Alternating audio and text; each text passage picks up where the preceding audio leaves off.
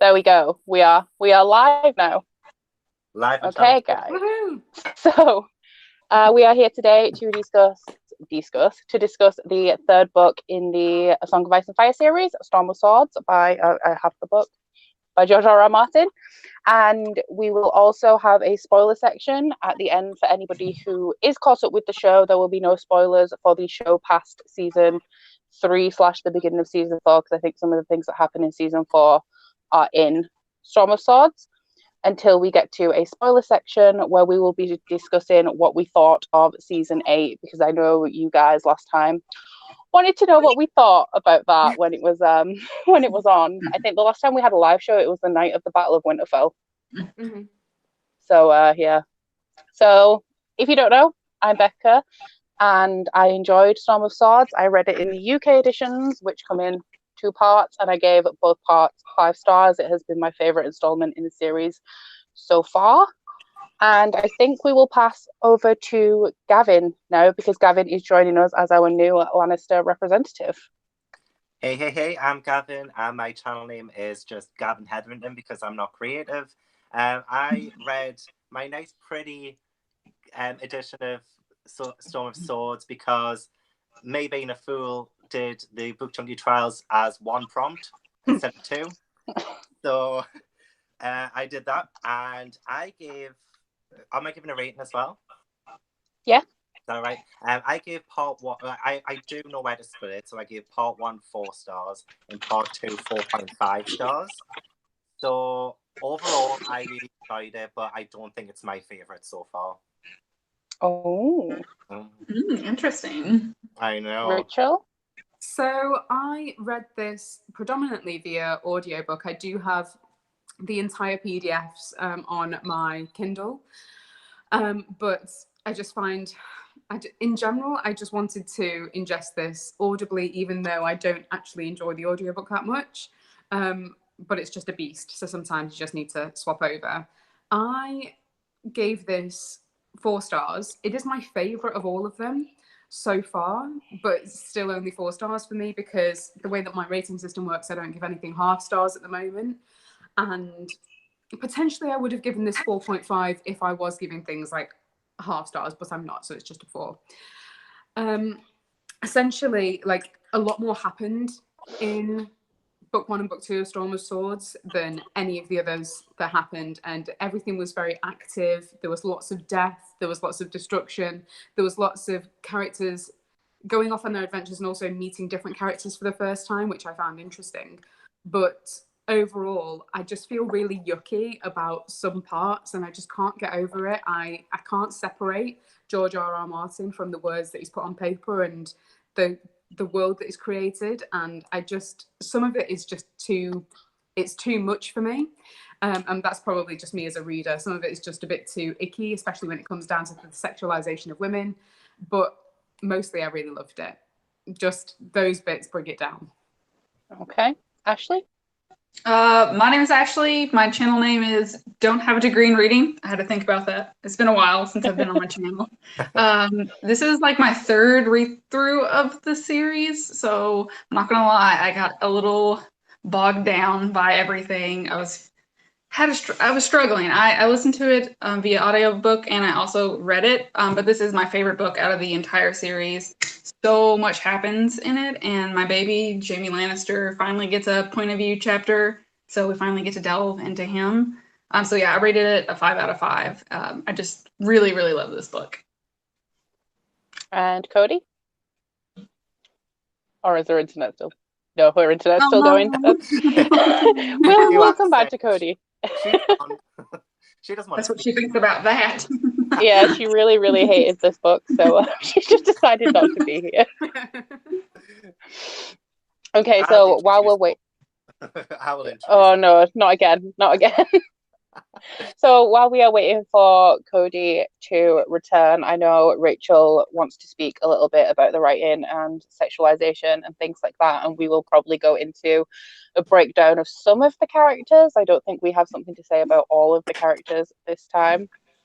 But Ashley brought up a point about Jaime, And I really liked having Jaime's perspective in this, because you hear a lot of things about Jaime, like him being the Kingslayer and how he has like terrible honor and he's not trustworthy. And I thought it was really interesting. I think it's right at the beginning of the first part of Storm of Swords, you finally get his account of what happened the day that he killed the Mad King, which I thought was like a really great insight into that. And I have lots of thoughts about Jaime as a whole and his honor, because there are people who do things that Jaime has done but don't get the same flack that Jaime does get for it, which I think we will probably be discussing later on. But Ashley, do you have anything to say about Jaime? I know he's your favorite character, isn't he? Oh yeah, he's definitely my favorite character. I mean, he's by no means a perfect person, but I love that he is so flawed, and I love that you really, like you said, you really delve into his self and the reasoning behind his actions. Because in the first two books, we basically are only told what Jaime Lannister is. We don't ever actually get to see his thoughts. So when we see why he does the things that he does, you're like, oh, okay, like I understand. And in this book, it's really, really apparent that he cares so much for Cersei. It's disgusting. Like, like I have like a whole section of my notes, and it's like it's always about Cersei. Like throughout his time being in captivity, he's always like, this is one thing that stood out to me. He said, "I cannot die while Cersei lives. We will die together as we were born together." And yeah, I marked that. And it's just, it really shows like why he pushed Bran out. It was always about protecting him and Cersei's love. And at this point, it's like he doesn't even care anymore. He wants the whole world to know. And I don't know. And then to see him and Brienne's friendship blossom throughout this was really wonderful to see. That's one thing that I didn't think would happen, but Brienne's kind of, I mean, I like Brienne as a character, but I didn't realize how naive she was until I started reading this book again. And I was like, geez, she's as bad as Sansa, like everything is a song, everything is a fairy tale. Like it's if you swore something, that means you have to abide by it. It's like everything's so black and white for Brienne. And I just really loved the way that they bantered off of each other and they grew to become friends. And at that point, that's pretty much all I've got to say about Jaime. I just think he's a wonderful character because he's flawed. And we really get to see why he does the things that he does. I'd agree with what you're saying about the banter, because I feel as though in terms of character chemistry, those bounce off each other so well. And you really saw a development in their relationship throughout the two books. I'm not exactly sure when they meet up, so I'm just going to say the two books. It's just the way that they quipped and jived with each other, and her constantly saying, "Don't call me a wench," and then he stops calling her a wench after a while, and then he throws it back again. It was really interesting to see, and it was quite a quick development of their friendship. But in terms of the story, it wasn't. But for us, I feel like it was nice to see, especially because we've watched the show and we know the general story arc there. It was nice to see the beginning of that. Mm-hmm. Yeah, I agree with that as well, because especially with the names, like with Brienne calling him Kingslayer and then obviously Jaime calling her wench, that happens a lot in like part one. It fades out, I think, by the time Brienne is put into the bear pit and Jaime saves her, and then he says to somebody her name is Brienne, and then that was just like it was just like it like touched me like so much, because I was just like, this is like such a beautiful moment between these two. Like I don't think Brienne was there when he said her name is Brienne, but it was just like such a huge leap for Jaime as a character, because he's always been this Lannister who's kind of looked down on people, or at least where he thought that, until this book. So what I love about Jaime in this book is, or what George R.R. Martin does with Jaime in this book, is that he allows us to kind of see why Jaime is the way he is, and that we shouldn't exactly take him as like who we are supposed like to believe him to be as. So yeah, I think part of Jaime's development is tied in with Brienne. So that is why I loved their like is it Jaime's chapters? I loved it, especially in part one when they're in the rowboat together, and there's just this like awful kind of tension between them. But that tension kind of like starts to fade away when they realize how much they need each other. And even past them needing each other, when Jaime's like sort of saved, he starts to like kind of go back to save Brienne. He realizes how much he was like dependent on to live. I don't know what's going on, but yeah. But that is that's what I think of Jaime. And he's just, it was so beautiful. He's probably like my favorite Storm of Swords character, I think. Maybe. I don't know, actually. That's a hard one. Oh, actually, I don't know. There are quite a few good characters in this one. Yeah. Now I'm like questioning myself, like, who do I prefer in Storm of Swords? See, I think my favorite characters, in relation to them being true to their characters in the show, I think she's called the Queen of Thorns, Olenna Tyrell. I think her character in the show is very true to the book, and the same for Oberyn as well. Oberyn Martell, the Red Viper. He is also very similar to how he is in the book. Like a lot of them, like I don't feel the same way about a lot of characters in the book as I do the show. Like obviously we have Rob, and we never see his perspective, but he is one of my favorite characters from the show. But in the book, I don't see him very much. Oh, there we go. Hi, Cody. She's back. So we will pass over to Cody now to introduce herself and tell us what she thought of the book as a whole. Okay. Sorry about that. My Wi-Fi was being dodgy, but I think I've got it fixed. So I'm Cody from Cody's Book Corner. This is very much on brand for me. And I didn't manage to finish this. It is a reread though, so I read this years ago.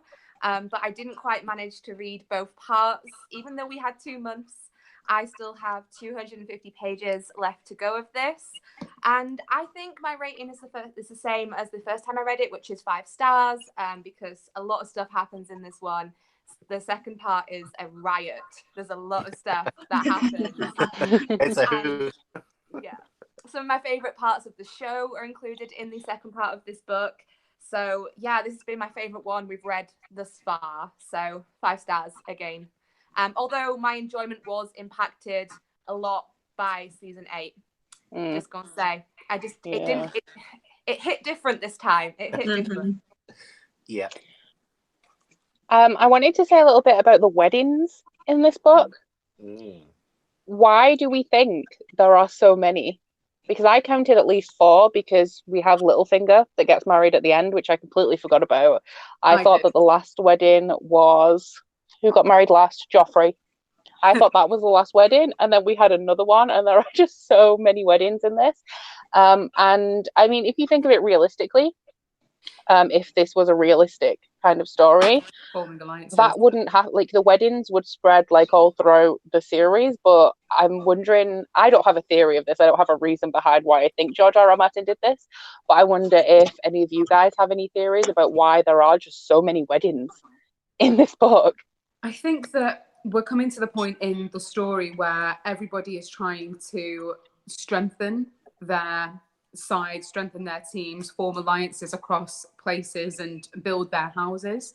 And along with people killing people off, at the same time, people are making unions. So there's like a life and death cyclical thing going on there.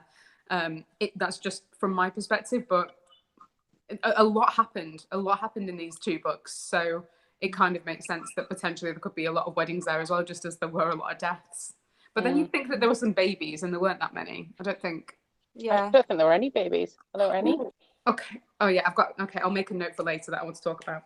Okay. I agree with that, because like with the life and death thing, it's kind of, with weddings, you don't expect anything bad to happen. And so when we have these 2, like, say the red wedding and the purple wedding, although it's not called the purple wedding in the book, I think that's just something that fans made up. But it's because I think George R.R. Martin, because he loves the element of surprise, I think as a narrative point of view, you go into a wedding thinking you're safe and nothing's going to happen apart from like the union between 2 houses. But both time, well, at least in 2 of the prominent weddings, like there's been something awful happen. So it's like it sets the stage where you don't really know like who to trust, because that's like a lot of backstabbing involved in this. Like people are supposed to come together but not. So I guess, like, I'm sure there's some kind of really deep meaning to all this, but I guess, like, just going off on what Rachel said, yeah, it's like the whole life and death alliance kind of folding narrative thing. Yeah, I find it really ironic as well that they have all these people trying to form houses and have legitimate heirs, and then the one on the throne isn't a legitimate heir, is he? So that just made me laugh, because they're all just trying to strengthen their houses and their, claim to the throne or claim to some certain house. But it's all a farce, really, isn't it? If you think about it. I wonder, does anybody know if George R.R. Martin is happily married? Because none of these weddings were successful. I think he is. He was originally married, divorced, and now he's been happily married for very many years. Oh, okay. I thought maybe he'd been burned, and that's why he put so many bits of weddings in here. I mean, Maybe we were talking about, yeah, that is possible. We were talking about babies, and obviously I haven't read on in the series, and I know, especially as we get further into the series, the show did cut a lot out. Do we think that Rob's wife is pregnant? Possibly. I think possibly in the books, yes. Yeah, because I know she was going on a lot about how she was trying for a baby. And considering we have, there's a few pregnancies in the books, there's bastards everywhere. So you would assume that she would be. And obviously, go on, Gavin. I'm sure her mum was giving her tonics or something to help her with the pregnancy, but I'm sure those tonics were to stop her from having a baby. That was my thought, because she mentioned about having, I'm sure it was her mum, she said she was having something to help the pregnancy when she was talking to Catelyn. And so I kind of might, if I instantly flagged that, surely somebody's because I think everybody's backstabbing everybody in this, so my mind automatically thinks that there's foul play to make sure that Rob doesn't have an heir. So I thought maybe that Jane's actually not pregnant. She's been having a tonic that she didn't realize she was having to stop herself from having a baby, and she kept having a thing and she would have a baby. That was my thought, because it was just strange that she would talk to Catelyn about it, and for that not to be important. I found that whole scene super weird. I remember talking to Becca about it on Voxer and being like, yeah, it's just weird. It's and maybe it's just the time that they're in general, but the daughter-in-law speaking to the mother-in-law and being like, oh yeah, we're trying all the time, I'm trying to satisfy him, I'm trying all my feminine wiles, and I'm like, this is just weird, this is a baby boy. It's not. I mean, people are quite obsessed with him having an heir, so I get it from that perspective. Speaking of heirs and Catelyn Stark, what about her basically telling Rob, absolutely not, you cannot name Jon Snow as your heir.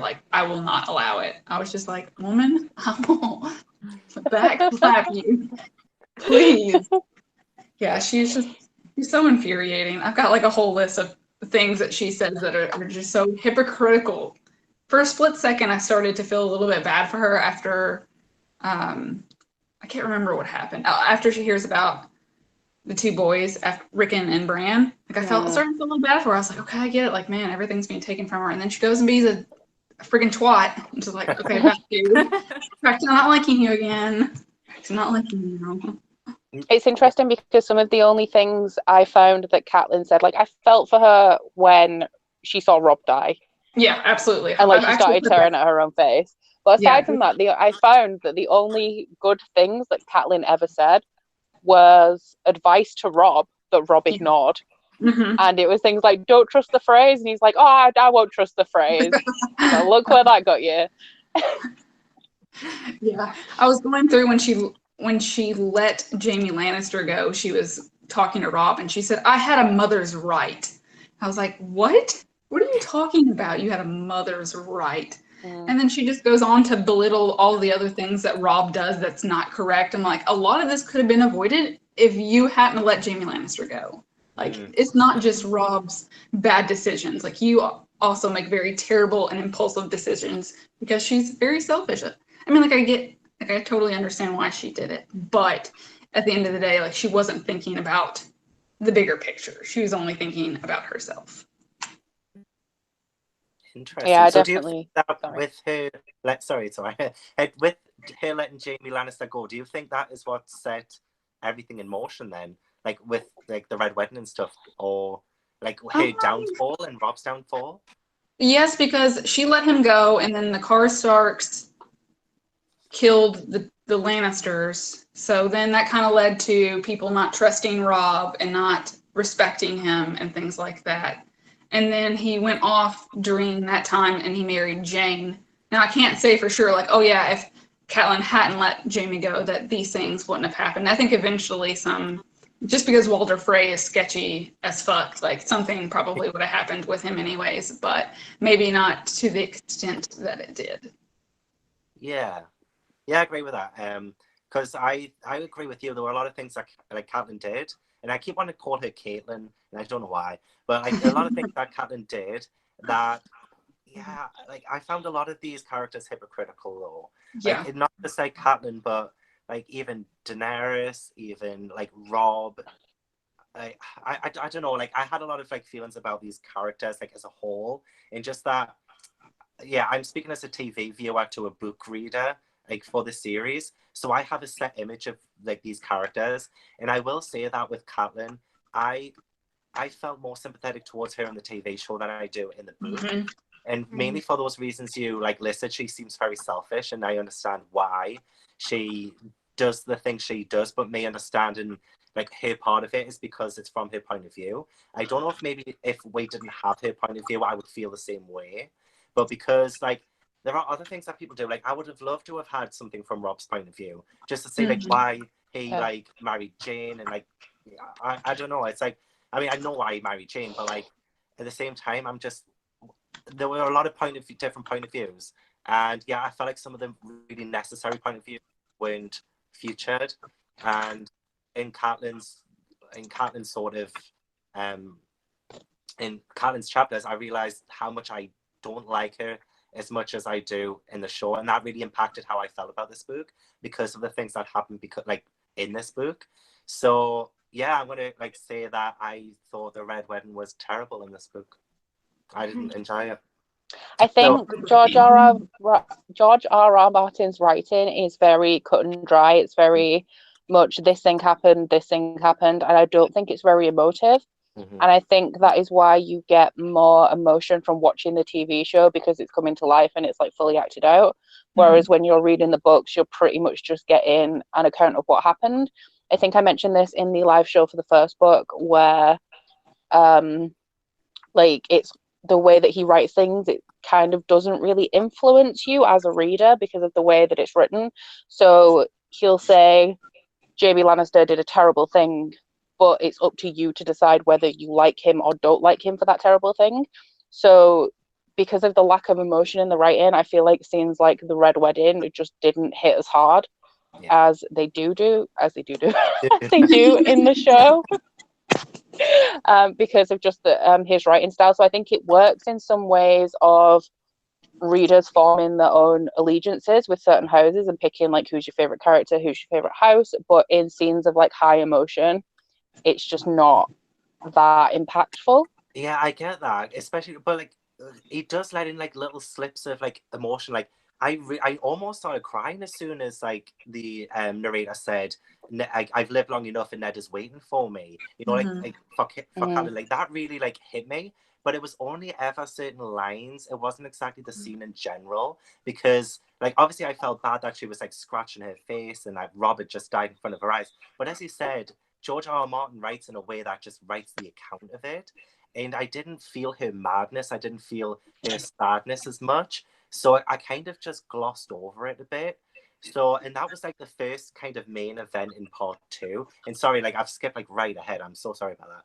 But it's like, but like as Catelyn as a character, because she has like I think 7 points of view chapters in this book, because I didn't like her as much because of all the things she says about John, or all the things that all of her decisions has made me like dislike her as a character in the book.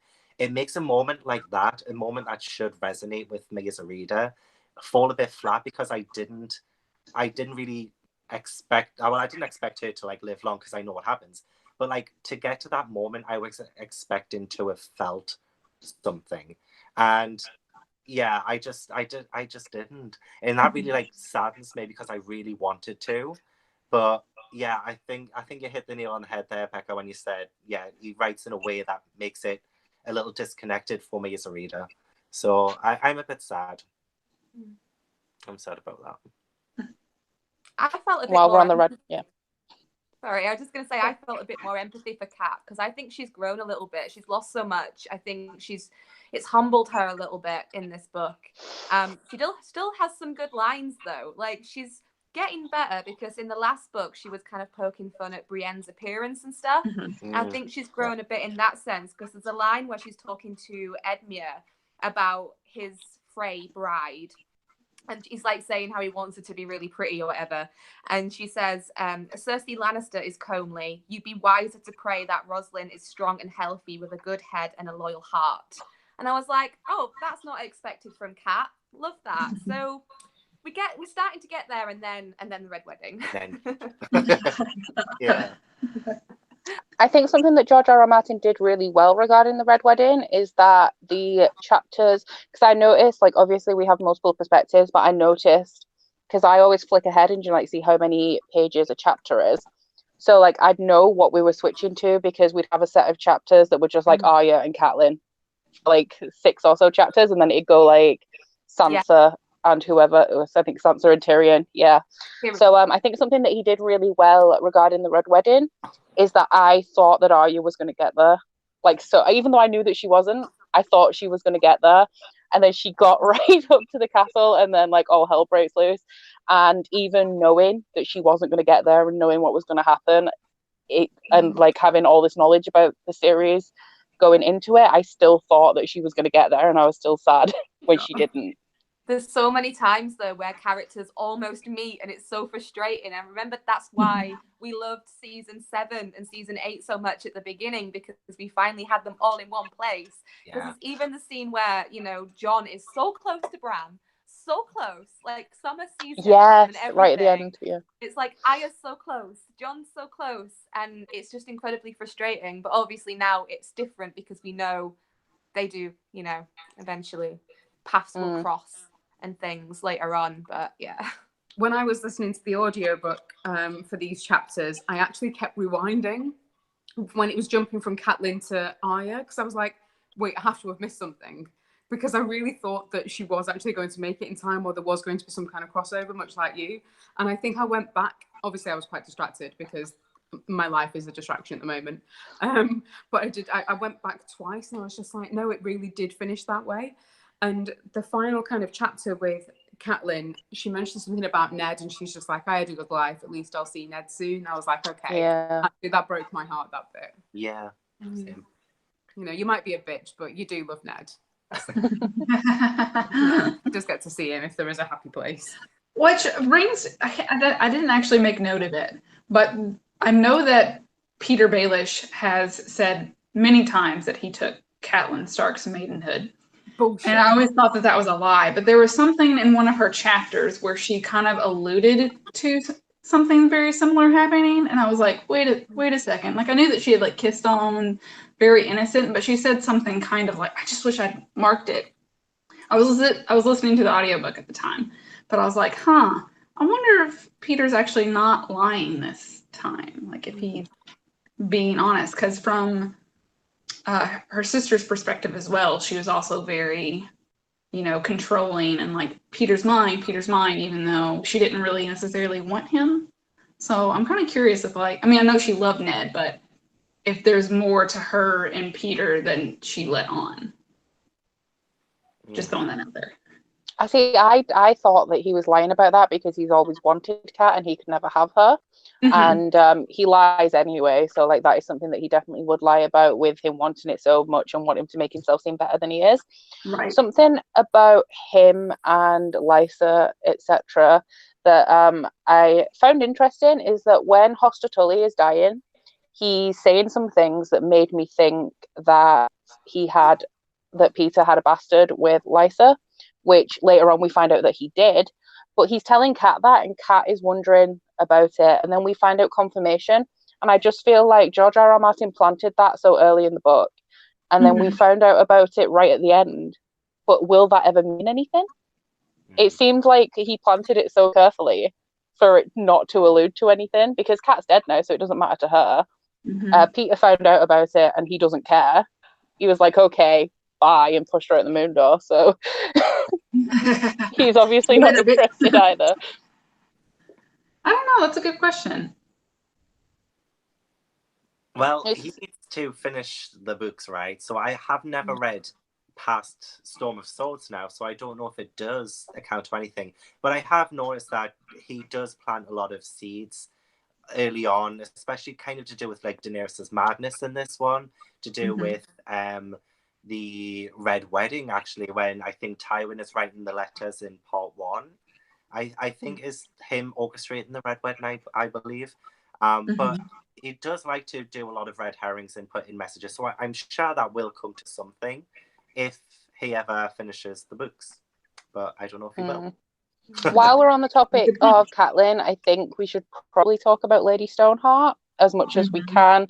I know Cody and Ashley know a little bit more about her because of reading the little books. So anything that you guys have to say about Lady Stoneheart? Blown away. I had no idea that this character like would appear in this way, and I guess it's kind of like spoilers because it's like the end of the book basically, but it blindsided me completely, and I was just like, what the fuck is happening? And I mean, now there's a list of amazing Game of Thrones characters that weren't in the TV show but were in the books, and she made the list. And apparently she's really important, but fucking hell. Honestly, I can't remember. Isn't that awful? Pardon? I said I don't remember. Like I remember her being present, but like her storyline throughout, past this book, I don't remember like I know what she does, but I don't remember the specifics. And I'm sure like if I pay more attention that there'll be little clues that George R.R. Martin has left that I just never picked up on. Yeah, I don't really the same way. Sorry, Cody? Sorry, I was just saying, I feel the same way. I don't remember the specifics. I remember most of what happens, but I couldn't give you the intricacies. And also, I don't want to spoil it for anybody. Well, yeah, there's that. If you've not read the books, but you've only seen the adaptation, this will be really interesting to hear your guys' thoughts on it when we find out more about her. Okay, so Rich and Gav, who haven't read the books, what do you think her purpose is? Well, I think that it's to get vengeance on the people who have wronged her family, because at the very end, she that guy, I can't remember his name. I can't remember anybody's name past the main characters. This is me with all fantasy books. I can't remember people's names or pronounce them. But yeah, when she said like, yes, he was like there, and then the guy was executed. I think it was hung. And yeah, I think it's to get vengeance on maybe because yeah, her family so far, like the Starks, have had such a rough time. And I feel like Catelyn has always, as much as I haven't liked her that much, I feel like she always wanted to do what's right for her family. And so I think she's never going to stop that even in death. But I think this was the wrong time to bring her back, because so much happens already, and so much happens in such succession that I don't have time to stop and really consider what's happened until this next big thing happens. So I haven't really had time to process that Catelyn was dead by the time Lady Stoneheart appeared. So if maybe some more time had passed, and maybe if it was in book 4, I would have enjoyed it more. But because it was like at the very end, I'm like, what more could fucking happen right now? Like seriously, like can you just like give me a break? So that I'm excited to see what's gonna happen because it wasn't in the show. So it's good in a way, but at the same time, I'm just like, you could have just like not put Lady Stoneheart in this at all. Really, like the same book she dies, it just doesn't give her death any gravitas to what it should be for me personally, because she's back already, and I hate resurrection tropes most of the time. So it's like she's already back. She hasn't even been dead 5 minutes. But yeah. I think that possibly, even though I've read the books and like I know how the show plays out, some things that have been said and kind of like dropped, I think that she may just be there purely for vengeance on the phrase. Something that old Nan, or Bran said that old Nan told him in this story while they were in the Night Fort. It says, a man has his right to vengeance, but he slew a guest beneath his roof, and that the gods cannot forgive. So there's been a lot of things said about like guest right and how wrong it was for the phrase to kill them at the wedding and all the other stuff. I just think that she's purely there to just murder all the Freys and anyone who is involved with it. I'm assuming that she was brought back by Thoros of Myr. Is that how you say his name? Beric Dondarrion. Yeah, he's the Lightning Lord, and then his priest is Yeah. Thoros. So I'm assuming that he's the one who brought her back, which means that in the grand scheme of things, you would think that she has some great purpose, because the Lord of Light only resurrects people for a reason. So I'm really intrigued about her, because I used to watch quite a few theory videos as well, and I didn't know who Lady Stoneheart was. I spoiled it for myself when we were reading Clash of Kings, because I was going to type it on Twitter and I wanted to make sure I got the name right, and I googled it and like Catelyn Stark just pops up and I'm like, oh great, well. So I've always assumed that she has some like great purpose because of her presence in all of these theory videos, but obviously I don't know. But the resurrection by the Lord of Light implies that she is going to play a big part in the plot. Hopefully. I can't hopefully. see. I know Ashley just mentioned Old Nan, and I now have a theory that Old Nan, like anything that she says is true. Yeah, for sure. Anything. Like, she's the only person. I'm just flicking through, I'm trying to find it now, but that scene that Ashley mentioned, she also, Bran said that she said quite a few other things. Yeah. And that's one thing that I think that George R.R. Martin does really well, is since rereading the first book, I really truly think that the history of Westeros, or really the world that he's created, is the key to the story now. So many things that people kind of just be like, oh yeah, you remember when this king did this? Like, it always happens to be true. Like right before Joffrey was killed at the wedding, they were talking about the young dragon, King Darren, and how someone poisoned the king at his nephew to gain power, and then like 2 scenes later, Joffrey's poisoned.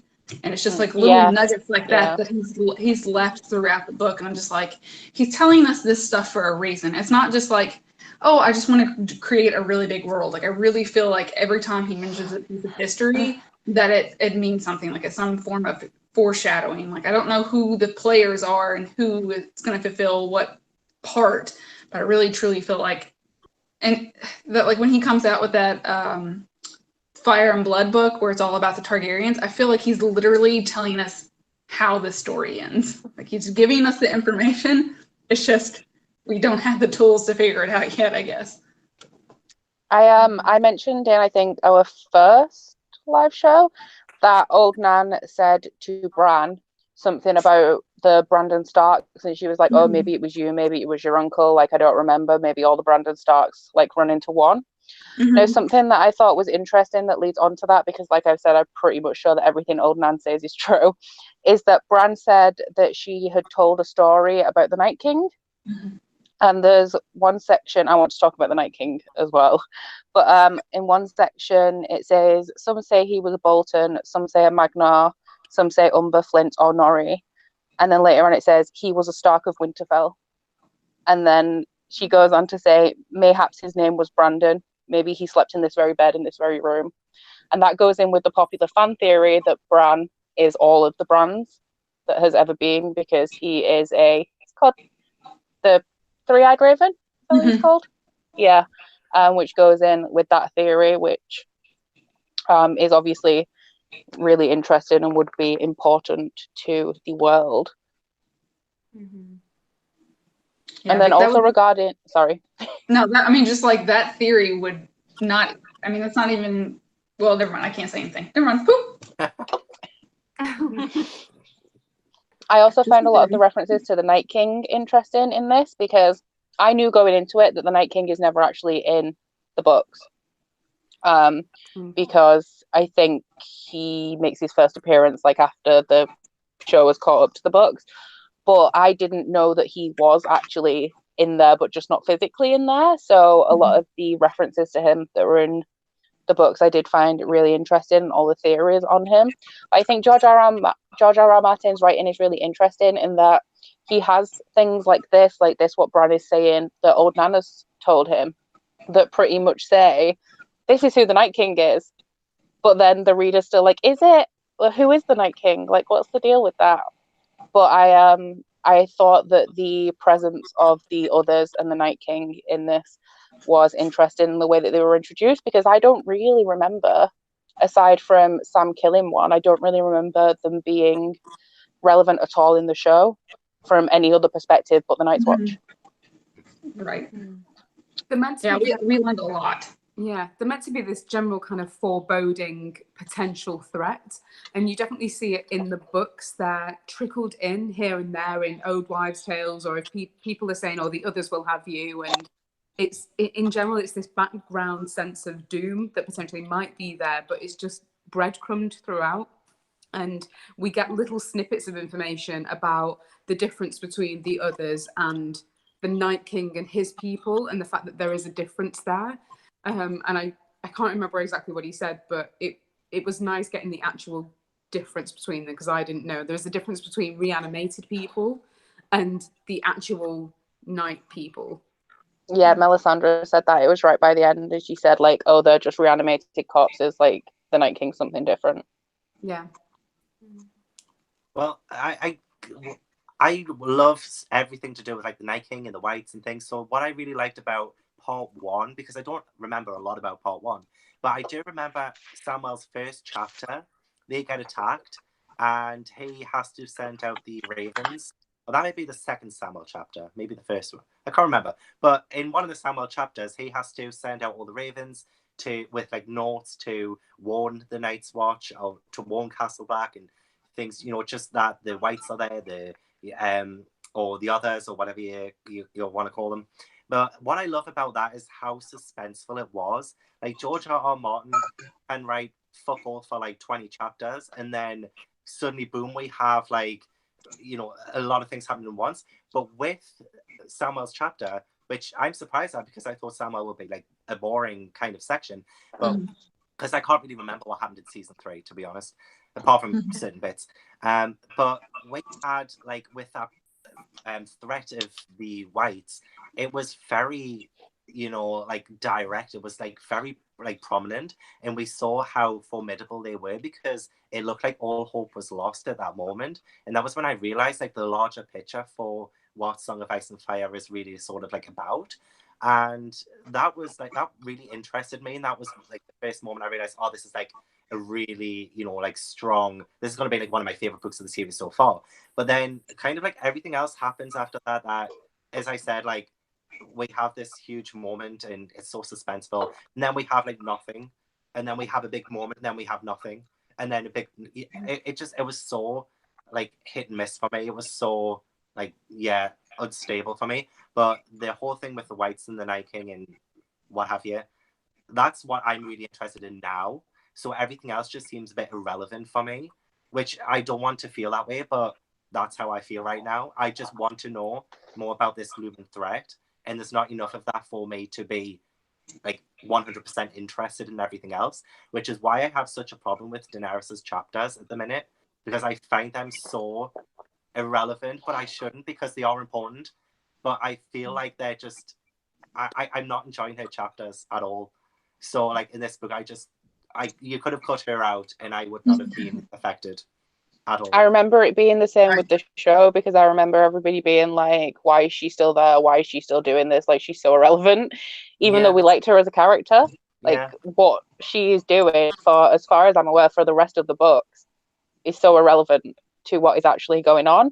And I'm guessing, like, obviously we can't talk about it now, but I'm guessing that this is the character development, and that is why she's there. But like, if you think of how prominent she is in the show, she's not in the books that much. There aren't that many Dany chapters.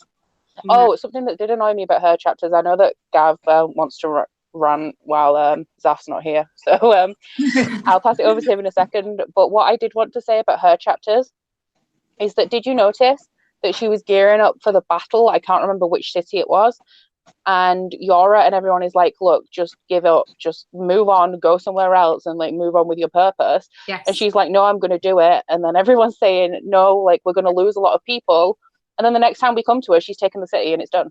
So like, this massive hard battle just doesn't exist. I've put a load of quotes down for this as well, because especially with what happened in season 8, it's just everything that she does is so pivotal. But I'm sure, like I said, Gav probably wants to talk about it, and I'll probably just like dive in there because I've got quite a few quotes as well. Please do, Rachel, because like I have no like exactly like specific moments of quotes to sort of like back me up yet. But yeah, going off what like Becca said, like there aren't a lot of Daenerys chapters. I think there are like 7 or something maybe in this one in like 1,200 pages. So when we have her chapters, they're so few and far between. By the time we get back to her, we've missed so much, or it feels like we've missed so much. So as you said, with like kind of like battles and stuff, they seem to happen when we're not there, and that's like the kind of I don't know, like I don't think it's Daenerys as a character's fault. I really think it's like to do with like I don't know how George like kind of picks how he sets out these chapters, but by the time we get to Dany and we've had so much happening in Westeros, there is no point. And I'm sure like it does come to fruition in like maybe later books. I don't know. I haven't read the books. I'm only going off on like what I know on the on the TV show. But yeah, I'm pretty sure at the very start of Storm of Swords, Daenerys doesn't really care too much about being a breaker of chains. She doesn't really want to like I might be. I don't think I'm making this up because I remember thinking I thought Dany was supposed to be a breaker of chains, but at the start of Storm of Swords, she didn't seem to want to free people, and I don't know what I wish I had written down some of these quotes because that's the way it felt to me. Was that this breaker of chains tag that she has now is just so she could get a foot up on her political oppositions. So like it was more to do with like making her look good rather than her actually people. Like that's the way it came across to me. So her character, somebody who does things selflessly, she seemed very selfish throughout, and it seemed like everything she did was to lift her status, which is the whole point in her, because she is trying to reclaim Westeros. But through reading this, it made me not like her as much as a character anymore because I think everything has that double motive to her. I don't know if I'm making any sense because I've got nothing written down. I'm sorry, but I'm sure Rachel probably has some quotes. I hope to back me up. But it just I don't know. It's like I wasn't rooting for her, and I was so detached with her. I just couldn't force myself to care about her storyline at all. There were far too many more interesting things going on. So yeah, that's pretty much my initial feelings towards Dany. I don't know if Rachel has things to jump in with. So kind of like at the moment, it seems as though she will be going from place to place as she builds herself up, as she builds up her army of people. And there's the point where she gets all the slavers and she has them all nailed to the wooden posts around the plaza.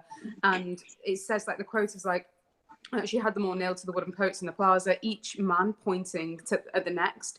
The anger was fierce and hot inside her when she gave them the command. It made her feel like she was avenging. She was an avenging dragon, but later when she passed them, like, she didn't have that same feeling. And conversations that go on after that is she's trying to rationalize in her mind why she was so fierce during that moment. And she said, Dany put the glass aside, frowning. It was, I did it for the children. And at the same time, a little bit after, she's also given the kind of the telling off or the kind of lecture from, I can't remember who it was. Maybe it was Jorah or maybe it was someone else. And they say that madness and greatness are two sides of the same coin. Every time a new Targaryen is born, he said, the gods toss the coin in the air and the world holds its breath and we all see how it lands. And I think because we've watched the show, of course, like I picked up on all those things and all those small moments where she was too fierce in a particular moment and then wanted to take it back or wanted to try and rationalize her particular behavior there. And also her being told about the madness. And I think in this book as well, she's told, look, I look at you and you haven't got that same madness. You're not that. So why are you behaving this way? And it also makes me think that when we go and read Fire and Blood eventually, we'll see potentially that the Mad King wasn't really mad. I'm thinking that he wasn't really mad. I think it's just an excuse for this power-hungry behaviour, and they're not really mad people. They just get quite ferocious at one particular moment. It takes them a while to calm down, but then they're executed before they calm down. That's just my general feeling. Yeah. Anything else on Dany from anybody?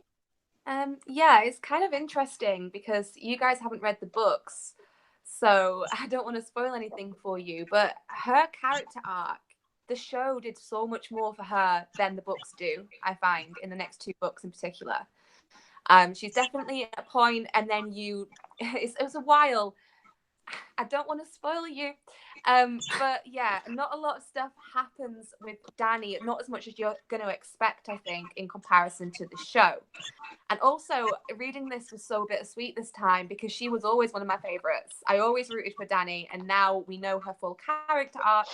This shit hits different, especially when she says lines such as, the blood of my enemies I will shed gladly, the blood of innocence is another matter. And I'm sat here like...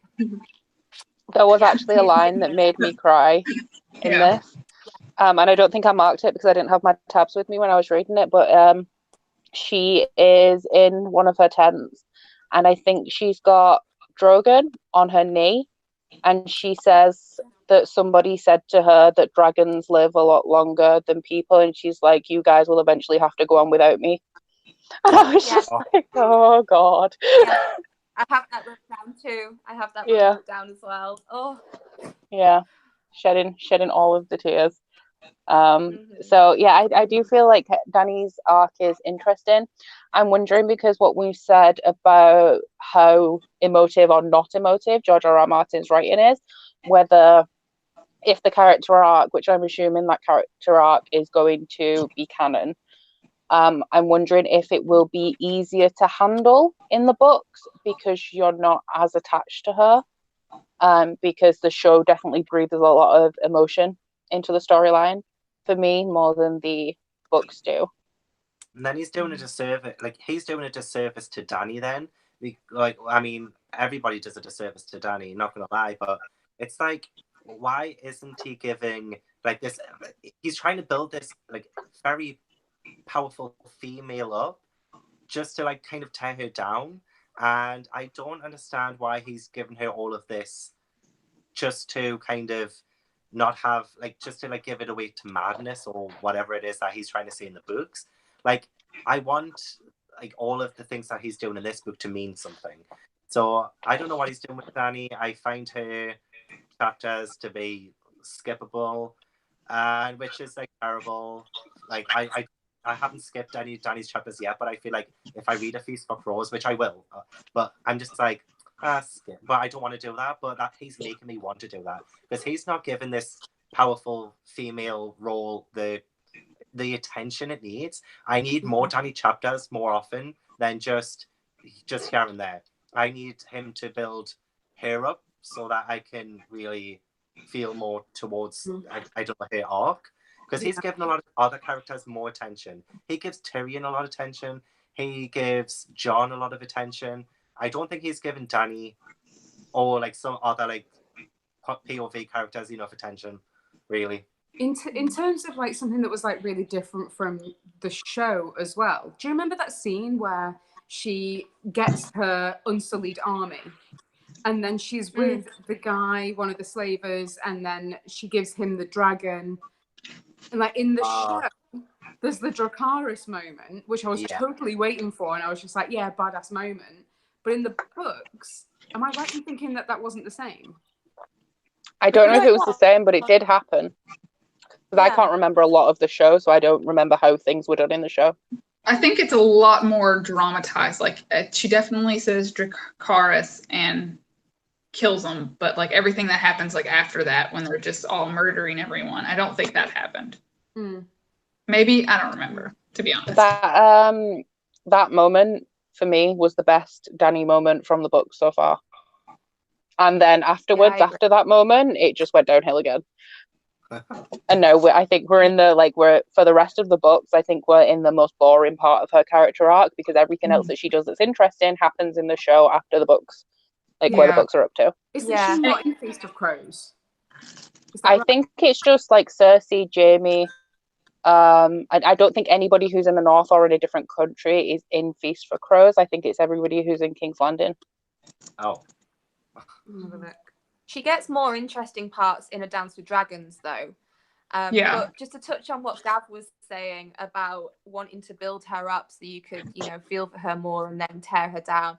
I like that he's doing it, though. I didn't think I enjoyed it as much in the first read, but now, obviously, knowing the show, I'm quite enjoying seeing that, because he does raise some female characters up, such as Arya, and then obviously we have Sansa's arc as well, which I'm hoping is as good in the books as it is in the show and stuff. But I think he's just amazing at creating villains, and Cersei's a badass villain, so I'm so excited to see in next books what happens with that. You know what I mean? Yeah, I want to say Danny is more of a villain though. I know he's like, I don't know, like if he's gonna say like she's gonna be mad, then like in this book, I don't know, I can only say her one way, like at the minute, and that's is one of the heroes. So you know what I want from George R.R. Martin, or from one of the prequel shows that they're doing more than anything, is I want Rhaegar.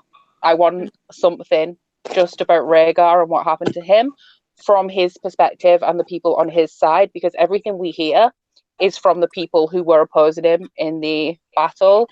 So I want like the full romance arc of like him, and I don't think I can say, but like I want all the romance arc, and like I want it to end tragically with like the battle. I think the battle was mentioned in this actually, because he had, is it rubies, or it was maybe Clash of Kings, that all went into the river. But that's what I want most from this world, because I think he has been done the dirtiest out of any character, because the way that people talk about him, even people who were against him, apart from Robert, they're not against Rhaegar. Everybody loved Rhaegar. He was just a Targaryen, so he had to die. Yeah, we definitely had the same story told to us twice as well in this book about Rhaegar and that night with the tourney and giving the what is it? They give like a flower, don't they, to the prettiest girl, and it the Winter Rose. Yeah, the Winter Rose. And we got that told as a story from one of Bran's chapters, and then we heard it again. I can't remember who was telling the story, but we heard it twice in this book. So I'm like eager for that as well, honestly. I just think he's a great character, just the way people talk about him. We had Barristan. He was talking a lot about Rhaegar, and Danny wants to hear about him all the time, but nobody has a bad word to say about him. Even Jaime Lannister doesn't say anything bad about Rhaegar. And like I feel like he has such a, even though we know how his story ends, like I still would like to see it told either in a book or in the show. But then obviously it's like with Harry Potter, we're never going to get the story we actually want. We'll get loads of other random side stories that nobody asked for. I would think that with Fire and Blood he would cover it, because it's all about the history of the Targaryens. Yeah. But then I don't know. Well, then again, it would spoil his book now, but I don't know what he's gonna do. He's doing a part 2, so he might be doing more on that. Maybe maybe. I don't know. I hope so. Fingers crossed. Yeah, fingers crossed. But I was just speaking about the like romance plots and stuff there, Becca. I felt I'm quite disappointed with a lot of the romance plots that have happened so far. The only one that George R.R. Martin has done well, which really I hate because it's the incest. It makes me that the most romantic. Whereas so true though. It is, isn't it? He's given that one so much more attention, and I could feel more like the love between them, which is really creepy. But then we have like Jon and Ygritte, and I felt nothing at all.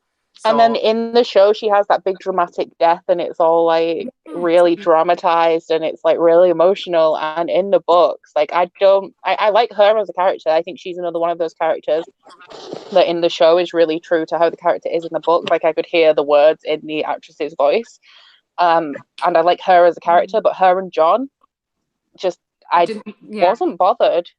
Yeah. But also, more so in this book, Jon keeps saying to the Night's Watch that I was always on your side. I never turned my coat or my cloak. And he definitely presses the idea that, he was just there as an informant. And in the show, we get to see more of an emotional connection between him and Ygritte. Whereas in the books, I just didn't see it, and I just saw it as this kind of sexual thing that he was doing. Now that's kind of over, and now he's back at the Night's Watch, and everything's fine and dandy. He's like cut that out. Whereas like I did feel for him more in the show. Yeah, absolutely. Because I think even John's chapters after that, he didn't really like. Fine or he didn't wallow or anything in that. So like it just, like sort of happened. She said her last line, and she was gone, and that was it. But that's the only other romance plot that I can really think of that is like, well, tried to be a little bit romantic, but didn't. Because as Rachel said there, it wasn't really done to, because like John was like so focused on the Night's Watch, and yeah, George R.R. Martin like made that quite obvious. Whereas in the show we had more time. I had no idea Ygritte was going to die 2 chapters after the Red Wedding. Like I'm pretty sure it's this, like 2 chapters after the Red Wedding, Ygritte's gone, and already that's like too much for me, because that had just happened, and then Ygritte died, and then it's Joffrey's wedding, like a couple of chapters later. It's like, hold up, what are you doing? You know, it's it was definitely a lot. It was too much. It was too much for me. Talking about romances a little bit, I have really connected with Sansa in the past 2 books, in the sense that her little affection for Loras, and like she had this dreamy idea that she could potentially be with him, and when Marjorie and the Tyrells were saying, like, yeah, you're going to marry the brother, and we get this like whole long section where she's thinking about her amazing life with Loras, and then she gets told that it's the handicapped brother, or the brother that's a bit skew with, and she's just like, oh, I'm sure he's nice, and she's just like, her dreams are shattered all over again. I'm just like, oh, Sansa, when will you learn? Poor thing. Which is what another thing that frustrates me is because when it comes to the books, I've never been a huge Sansa fan. In the TV shows, totally on board. But this far, like, she started to make some growth. Like, she started to realize, like, hey, I need how the political intricacies are working, like how she needs to navigate that and stuff. And she was starting to like really mistrust people and only really look out for herself. And I was like, yeah, you go, girl. Like, yeah, you look out for yourself. And then literally a page later, Marjorie Tyrell's telling her like, oh, we're going to take you to Highgarden to marry Willis, and it's going to be all great. And she's like, yay, I'm going to have a great life. And it's like, bitch, are you serious? You don't know this girl. Like, how can you be so naive to trust her, and you don't know her? Like, she's using you. And Sir Dantos was like, yeah, dude, like, she just wants your claim to the throne. And then she started to think like, oh yeah, that's kind of right. Like, she blindly puts her trust into people, and it's so frustrating. I mean, she's learning, I get that, like, she's learning, but in this book it's like she took a couple steps backwards a little bit in the middle there, and I was just wanted to wring her neck a little bit, you know. I think her naivete is interesting. Yeah, she does, because I was going to say about Tyrion and how she doesn't even give him a chance. Yeah. She's just like, exactly. You're Lannister, I don't want to talk to you. Even though Tyrion stopped whoever it was from beating her. I don't know if that was this book or Clash of Kings. When Joffrey told them to whip her, and they started ripping her clothes off, and Tyrion told them to stop, and the Hound was there as well. But like all of these people, she doesn't trust. Like, she doesn't even give Tyrion a chance. She marries him, she's with him all day, every day, and she won't even listen to him. She's just like flat out like horrified. I think it's because Tyrion doesn't fit her idea of like a perfect song. Like her riding off into the, I don't know, to Highgarden with the heir to Highgarden, you know, that kind of fits like a song, you know. Marrying a dwarf whose face has been like half cut off, like, doesn't really fit the narrative for her. So I think that's one of the reasons. Like, obviously there are other, but she's still kind of on the superficial level of things. Like, she's a romantic, I guess. It's interesting though, because she was willing to, she used, is he called Sir Dantos? The guy who eventually got her out. She used him and like said the things that he wanted to hear so that he would help her. So she's learning to manipulate people, but then people like Tyrion, she won't even give a chance. She's like, no, you're bad. I want nothing to do with you. She was sad when Sir Dantos was killed though. And she was just like, why did you have to do that? And like Littlefinger was just like, look, he sold you. He you know, I could buy you, like anyone else could as well. He's just going to sell the information on. And she's just like, she doesn't quite get it. I think she always retreats back into being really naive as well. Like when she gets to, the Eyrie. and she's very naive about all of that. And her aunt, and she's like, oh, she's my aunt, she'll look after me. And it's like, well, you don't actually know this woman. I don't even know if she'd met her before. I don't think she did. But yeah, I guess she's putting her trust in all the wrong people, and then right in front of her face you have somebody who is willing to help her. As you said with Tyrion, she's on a very superficial level.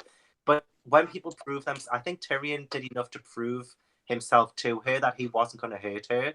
And that, I mean, not that she had to trust him or anything, but just to give him the time of day. And that really made me kind of... the scene at the wedding. At her wedding. When Joffrey paused? No, when Sansa made Tyrion, did he have to climb on somebody's back and put the cloak around her because she refused to kneel? Oh. It was and I'm like, you are a bitch. Yeah. That was awful. Because didn't we get it from Tyrion? No, we got it from her perspective. Didn't we get that from her perspective? I think it was him. Or was it Sansa's? Yeah. And it was Sansa. But we did get it was funny though, because it was kind of funny though, because later on, you know, when she meets Baelish and he says, you know, I'm taking you away. She's like, I should be happy that I don't have to marry this guy. I don't have to stay with this guy. And it's like, shouldn't I be? Or something to that effect. Like, she's like, am I actually happy that I'm not with him? Because obviously she's starting to learn that he's the only one who's going to tell her the truth. But then so did the Hound, but she's too shallow and they're not beautiful enough for her attention. So it's what you get, girl. It's what you get. Yeah. Because we're kind of talking about romance a little bit, and we were talking about Jaime and Cersei, and something that I in general want to mention about this whole kind of live show is the differences between certain scenes. And in the show, when Jaime finally sees Cersei and he goes to the sept where Joffrey's body is, one, in the show, Joffrey's body is like completely on show, whereas in the book I don't feel like it was mentioned that the body is kind of there, even though maybe it was. And I think he was in full gold armor. You couldn't see his face because he had a helmet on. Yeah. But in the show, their sex scene was much more him forcing himself on her. Yeah.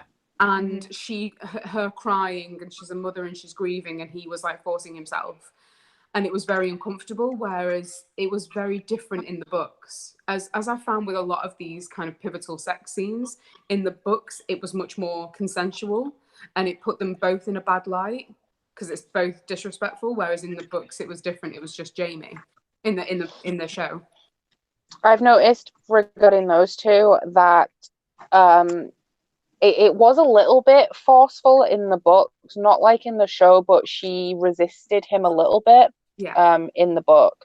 And I've noticed with Cersei and Jaime, because it's also mentioned about when Jaime pushed Bran out the tower, she says something like, oh, I told you to wait, but you didn't want to.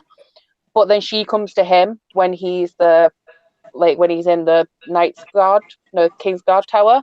And when she wants something from him, she wants to sleep with him. But if he wants to sleep with her because he loves her, she doesn't want any of it. And she's like, no, can you go away?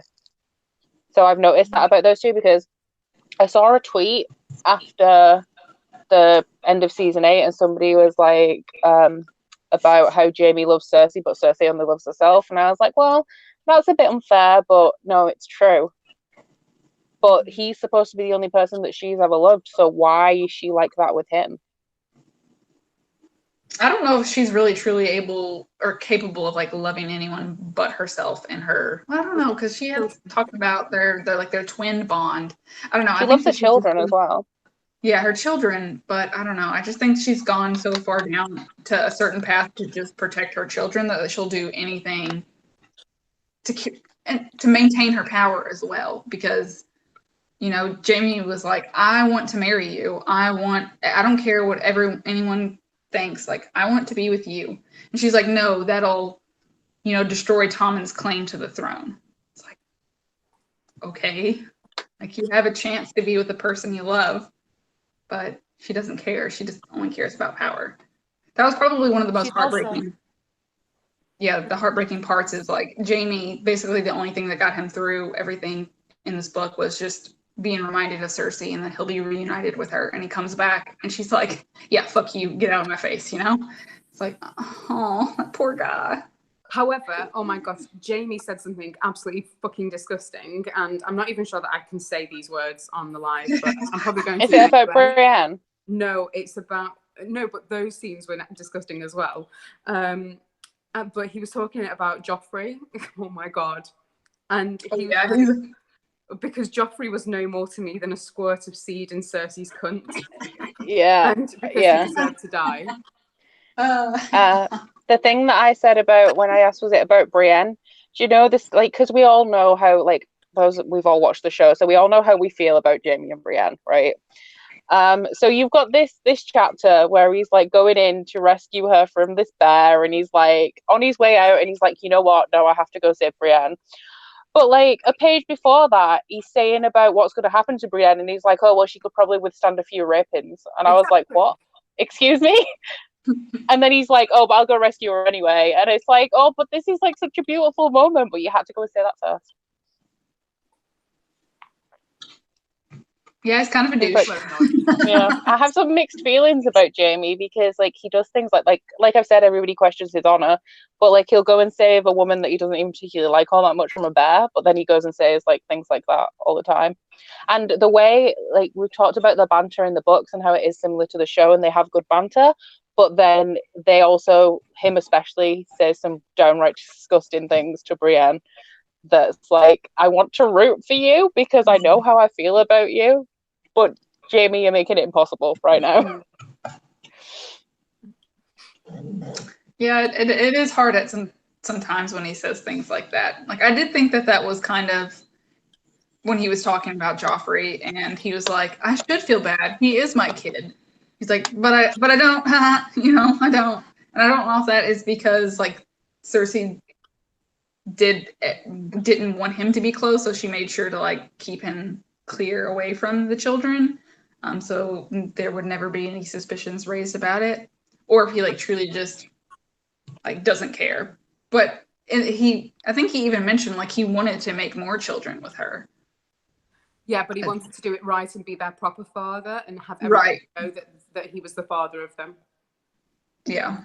Then why didn't he didn't really care that much when Tyrion confessed to killing Joffrey, because he still let Tyrion go.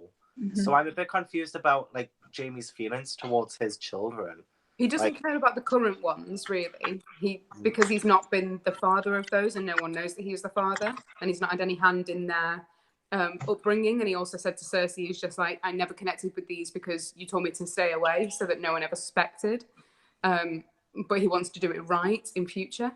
It's interesting though, because he has always been there, because he's a member of the King's Guard, so the children's father was the king, so Cersei and the children were there, and he's their uncle. And it's not like he's an uncle like the Blackfish, who is nowhere near Cat, because he was at the Eyrie and Cat was at Winterfell.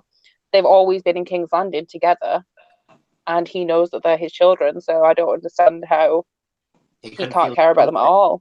Yeah. It's interesting because of how we were talking about how Cersei doesn't seem to love Jaime, and no, Jaime doesn't love his children.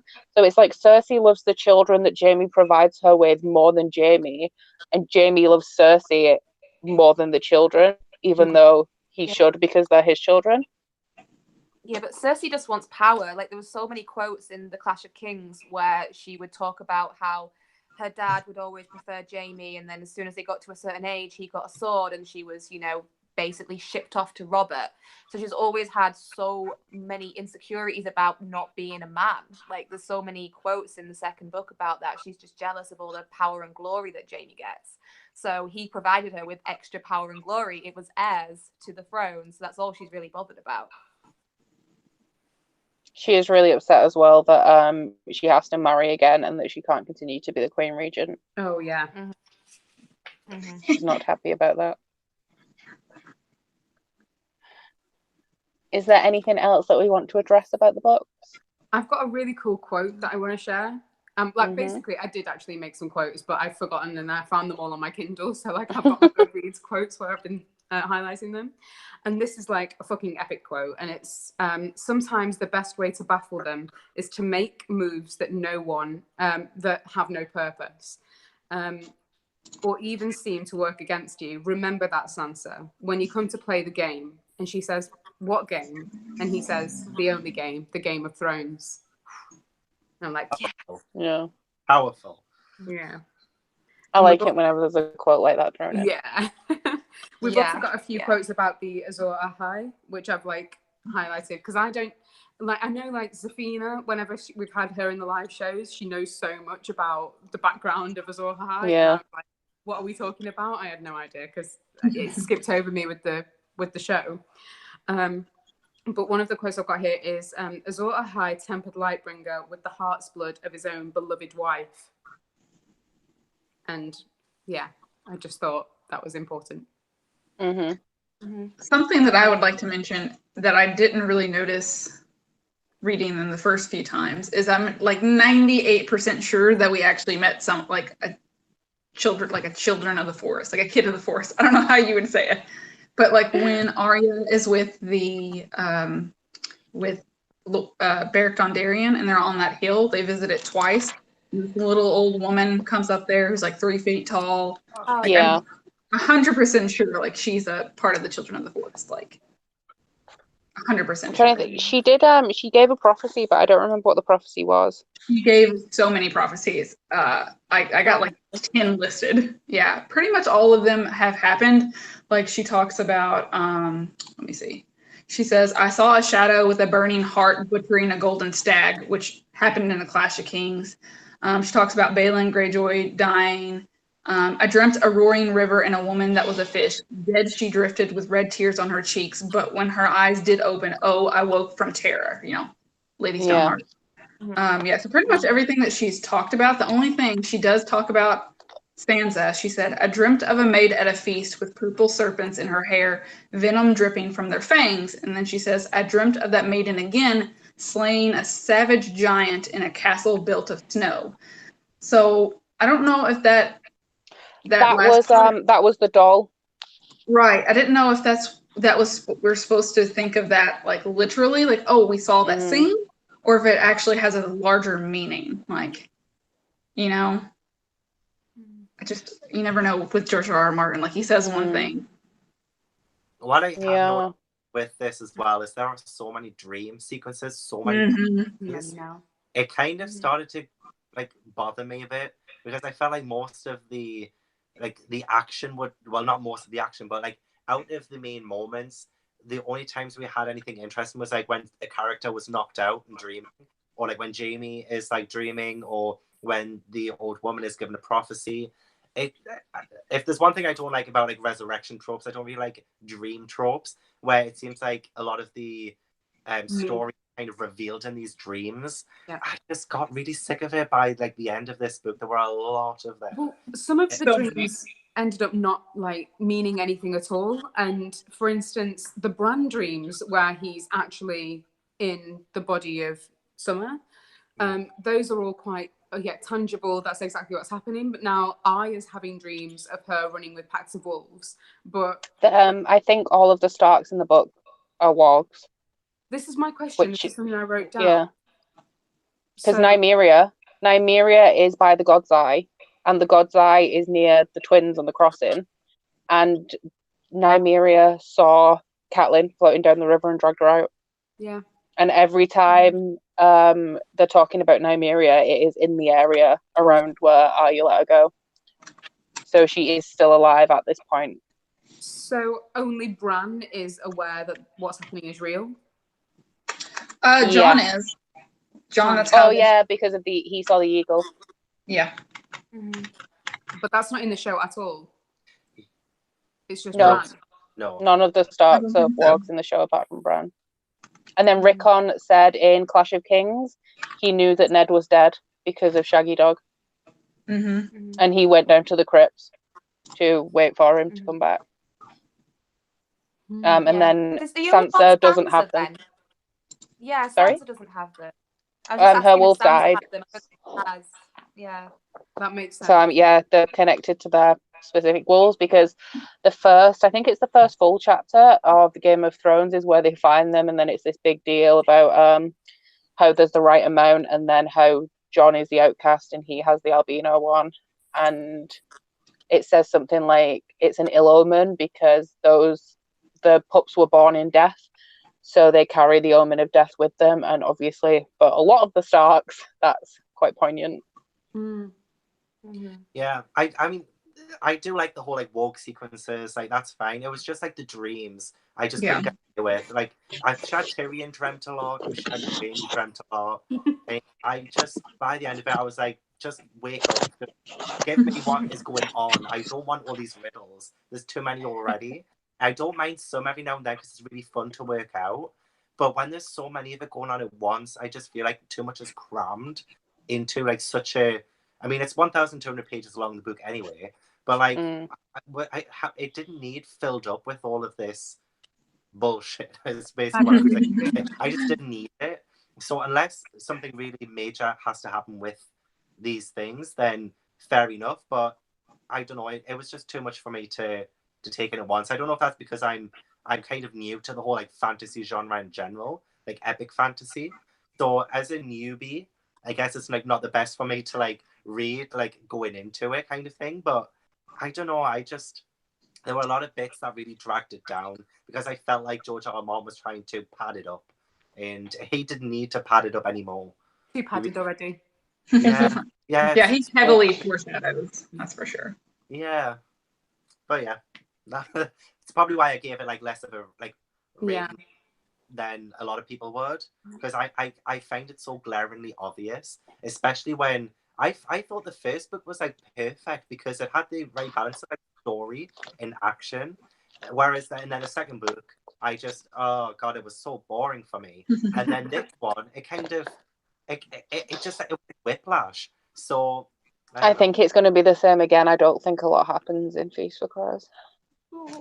Becca. Bagger. Not a lot happens. The way Cody looks at me. When I first read it, I was not a fan of A Feast for Crows, but upon rereads, I really enjoyed them. I mean, it's not my favorite out of the series, but I really think you get a lot more out of it. I mean, it is, if you have certain characters that you don't like, you are going to get frustrated because, like we said, there are certain point of views that aren't in an entire book. I do know that some people, if you go on the internet, you can probably search how to like read it while intertwining both A Feast for Crows and A Dance with Dragons. That way you're getting everyone's perspective at the same time. So that's always an option, I guess. If you wanted to do that, it would just make it a little hard to do the live show if not everyone did it. But I would kind of be interested because I've read them twice now before, so this is my third time. I'd kind of be interested to see how having A Dance with Dragons and A Feast for Crows go together, actually, you know, reading them together. You've read them 3 times? This is only my second time, so. Oh my god. Sorry. Like, once is enough. Once is enough. I think Safina's read them. I think she's on her 4th or 5th read. Yeah. Yeah, she's read them a lot. There are quite a few people who have read them quite a lot. I know when I put out the like asking if anybody wanted to host it, there were a lot of people who were quite happy to go in for a reread. Yeah. Which I will have to reread this series probably when the last book is published, because that's going to be years. But if it wasn't for that last book, I probably would, because we've got 2 books to come. But if it wasn't for having to reread them, I think once would be enough, and then for a refresh, I'd probably just watch. I agree. I read it once when the shows first came out, and then I reread them on audiobook. Fight me, you know, audiobooks. and then I never reread them on BookTube. So I really wanted to actually get the chance to read them and talk about it with everyone else, because I didn't have that the first 2 times. So very exciting stuff, you know. It's definitely interesting reading them a second time. Because obviously I know stuff that happens that you guys don't know about in the books, well, apart from Ashley. And then, of course, the seasons have come to a close. So, yeah, it's very different reading them this time. But also, I just tip my hat to the genius that he is, because, oh, my God, the foreshadowing in this. I obviously didn't know about all that when I first read them the first time. So reading them again, I'm like, how? How did he make this so intricate, honestly? Are we ready to move into season 8? But one thing, none of us have talked about him yet, and I feel like he's such a great character. I didn't really like him in the beginning, but Davos, I feel like it's such a great point of view character in these stories. See, I still like him, but I don't like Stannis or anything that's happening. I don't care about Stannis. So while I like Davos, I don't care about anything that's happening around him. Yeah. So it's like really conflicting for me. I totally understand that, but I never really appreciated his character, and that might be because I appreciate his character's portrayal in the show too. But I just really love the way that he doesn't care. Like, he will tell Stannis exactly the way that it is, regardless of the repercussions. But he's kind of like Ned Stark, but way more badass, I feel. If that's possible, I guess. I don't know. I think Ned would probably be more reckless. Like, he's aware of what, like, Ned kind of wants to tell the truth and it be okay because it's the right thing to do, where Davos is like, if I tell the truth, even though it's the right thing to do, I'm probably going to die. Yeah, and that's like, Ned expects everything to be sunshine and rainbows because he's in the right, where it's not. It's not going to be sunshine and rainbows. Mm-hmm. Yeah, definitely. Any more thoughts of a on Davos? realist, which I like. In general, I mean, I like Davos's character in general, but I do feel as though his chapters are a little bit too long. There's another character that's definitely not in the show at all, and that's Patchface. And Patchface is such a weird character. It's really strange, and especially when I was listening to the audiobook, they were talking about because Stannis was, of course, spreading rumours about the fact that Joffrey is an illegitimate king, then Tyrion and the whole everyone in King's Landing, they were talking about what crazy story can we come up with to throw it kind of back, and it has to be the weirdest story ever, because the weird ones, like, people will remember it even if it's not true. And then they started spreading rumours that Patchface was having sex with Stannis Baratheon's wife, and then that's how they had the daughter. And Patchface is such a weird character. I don't understand it. I feel like he has some logic in what he's saying, and I can't figure out what it is. Like, I feel like he's saying things for a reason, but I don't know what he's saying. He's obsessed with water. Yeah, because he drowned, but why? Yeah. I think that it's kind of like an old Nan situation where he put that character in there just saying like what seems like nonsense, but what he's saying is actually truthful, but how that's going to play out in the story, no idea. Yeah, and one thing just before we kind of like move on to the season 8 spoilers is Oberyn, what's his last name Martell. again? Oberyn Martell's death. So different from the show. In the show, he has his like eyes gouged and like pressed in. It's so graphic and horrible. I actually think it's less graphic in the books. Like, it does happen, but I think it cuts away. It's less graphic definitely in the book than the show, because in the book it was just, I literally highlighted it and it just says there was a crunch and then that was it. We get one, they just say the word crunch and then he's gone, whereas in the show it was much more graphic and gory. I don't know why, but the word crunch just makes me shiver. You know, like the word crunch. It just makes me like go, ooh. Yeah, I had no idea that the whole like mountain and viper thing would happen in this, because well, same with Tywin's death. Yeah, that just whiplash again. That's something we also didn't discuss, was how furious it makes me even just like thinking about it, hearing Shay. Like, I know, I'm like, did she? I don't know if she ever really loved him or not. You know, that's kind of one of the things that I like to. Like, was it really all for gold? You know, because when he was, I didn't remember her testifying against him from the show. I thought what happened was he told her to leave, and she said no, and he said, "I don't love you. You have to go." And then she ends up with Tywin. I didn't know that she said all the stuff about him. I don't know if it happened in the show. I've just completely forgotten. Yeah. Oh, did it? Yeah. But I was horrified during that chapter. I was like, I can't believe she's done that. Yeah. No, because you know it's all lies. It's all lies. It was so incredibly frustrating. And like I said, I think that she, to a degree, she probably did care about him. But I do think that she was raised to a status that she had been longing for, because, you know, there was this conversation that Tyrion's having with her. He's like, I love you. I want to spend time with you, but my dad's in the city. Like, he will murder you. And she's like, can I go to the wedding feast? Like, no, you cannot go to the wedding feast, you know? And she was upset that she couldn't, or was that more in the show? But she was upset that she couldn't wear, like, fancy clothes anymore, you know? That was in the book as well, yeah. And then the scene- irony of Tysha as well, how that was real.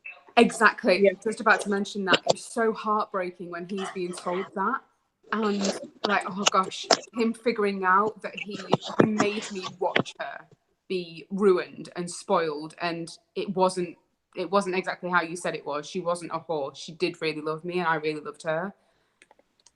Horrible. Oh my God, Tywin is a spiteful heifer. I mean, I just some of the things that he says to Tyrion. I mean, you really understand like why Tyrion is the way that he is, and like why even Cersei turned out the way that she is. Because I mean, he is just like he cares about the honor of his family, but he treats his family like shit. You know, it's all about an outward appearance. He doesn't really care about a relationship with them in person. You know, everything is very formal. And he told both Tyrion and Jaime, you know, you are not my son. I'm just like, I can't imagine as a, you know, being someone's kid, you know, that my parent telling me that, you know. Mm. It's interesting as well because the way that the siblings feel about each other, like I don't think that, well, Cersei's a little bit different, but I don't think Tyrion would ever harm his siblings intentionally. Yeah. And the way that they kind of feel about each other and the way that they have Lannister pride. But I feel like Tywin is kind of the way Jaime feels about his children. He's like, yeah, they're my children, but so what? Which is interesting because he still wants them to do certain things for like the sake of the family, even though he doesn't treat them like family. I would have respected Tywin's character more as a villain if he didn't like kind of recede in his final moments, because he started to kind of like plead with Tyrion a bit, say like, "Oh, I was never going to execute you," blah blah blah, and it kind of made his character, like his character development, crumble before he died, because when his life was on the line, he kind of went back, and I didn't like, as a villain, I would have respected him more if he had been like, yeah, you're gonna die tomorrow, I don't care if you're my son, kind of stuff like that. But in the end, like I loved him as a villain, but then at the very end I was like, nah, I'm glad you're dead, kind of thing. So See, but the thing is, I think that he did that more of he didn't want to kind of besmirch the Lannister name. I don't think it was more so. I mean, it might have been a little bit out of, you know, caring for Tyrion, but I think it was more so he didn't want that to be a legacy on the Lannister name. so Because there is a theory as well that Tyrion isn't his. Yep. Yeah, I mean, I can't remember who the father's supposed to be. Oh, it's a Targaryen, isn't it? Yeah, I think it's King Aerys. Like during their wedding night, that King Aerys slept with Joanna. That's the rumor. And he said it like to Tyrion. He's like, I can't prove that you're not mine. You know. That sucks. Yeah. Oh, there was this Harry's asked in the comments like who our favorite POV in this book's are. I don't know if anybody has a favorite.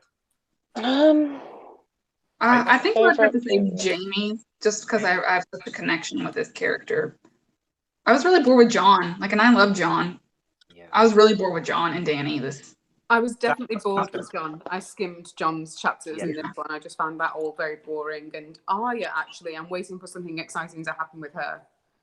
I don't like Arya's POV, and the reason for that is because, she is a child, but her POV is written like a child, so it's annoying to read from that perspective. Obviously, it makes sense, but it annoys me just because it's annoying to read the way that she speaks, especially because she hasn't had the upbringing because of how young she was when she went missing that the rest of them have had, so she's like a peasant child as well. That's something that really, or something Arya said when they find out that she actually is Arya, and she kind of is forced like Brienne to be in a, you know, this full lady ensemble, and she kind of mentions like, I'm just back to being a lady. Like, she has more freedom as this random orphan girl than she ever did as, you know, that a Stark of Winterfell. And I really feel for her in that she can't be herself when she's this lady of Winterfell. So would we have said that like the Lannisters then were the better POV? Because I felt like Tyrion's chapters were like very a lot happened in Tyrion's chapters. Like, we got a lot of like the Purple Wedding perspective from him, and of course his trial, the Mountain of the Viper, killing Tywin. So like, I was really hesitant about A Feast for Crows just being like sort of the Lannisters, but now I'm kind of more excited because I feel like the Lannisters had the better, so like which is like me representing Team Lannister, had the better chapter than Sword of Swords. I'm excited for Cersei. Yeah, we get Cersei. Yeah. That's a good old Tom, y'all. Good old Tom. Amazing. I think my favorite perspective from this book was probably Jon, actually. What? Yeah. Because I don't like Catelyn as a character. I don't like Arya's like voice in her chapters. Tyrion, I don't like his storyline during this book because it just makes me feel awful for him. And then he's also a bit creepy with Sansa. I don't like Sansa as a character. Davos I like, but I don't like Stannis. Dany's not doing a lot, which leaves Jon. What about Samwell? You missed out Sam. No. Because he's like in the same place as Jon, but Jon's doing the exciting stuff, and Sam slays one white, and then he's just trekking through the snow and complaining that his feet hurt. Aww.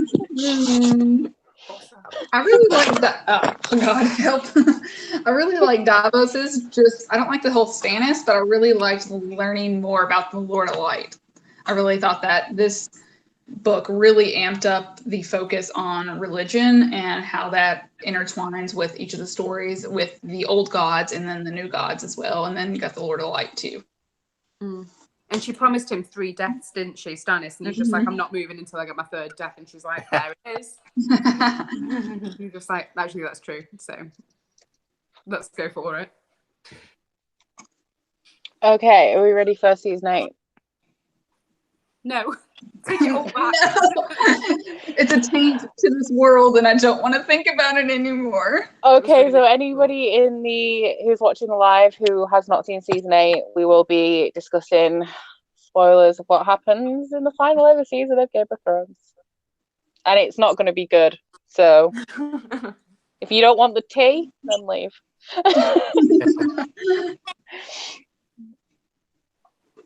I'll give them a few seconds.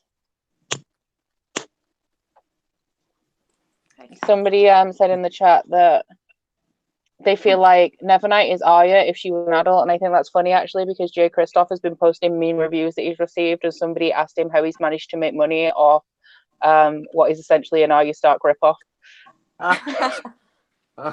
But he's been posting them as like advertising his book, like these are the mean things that people have been saying about Nevernight.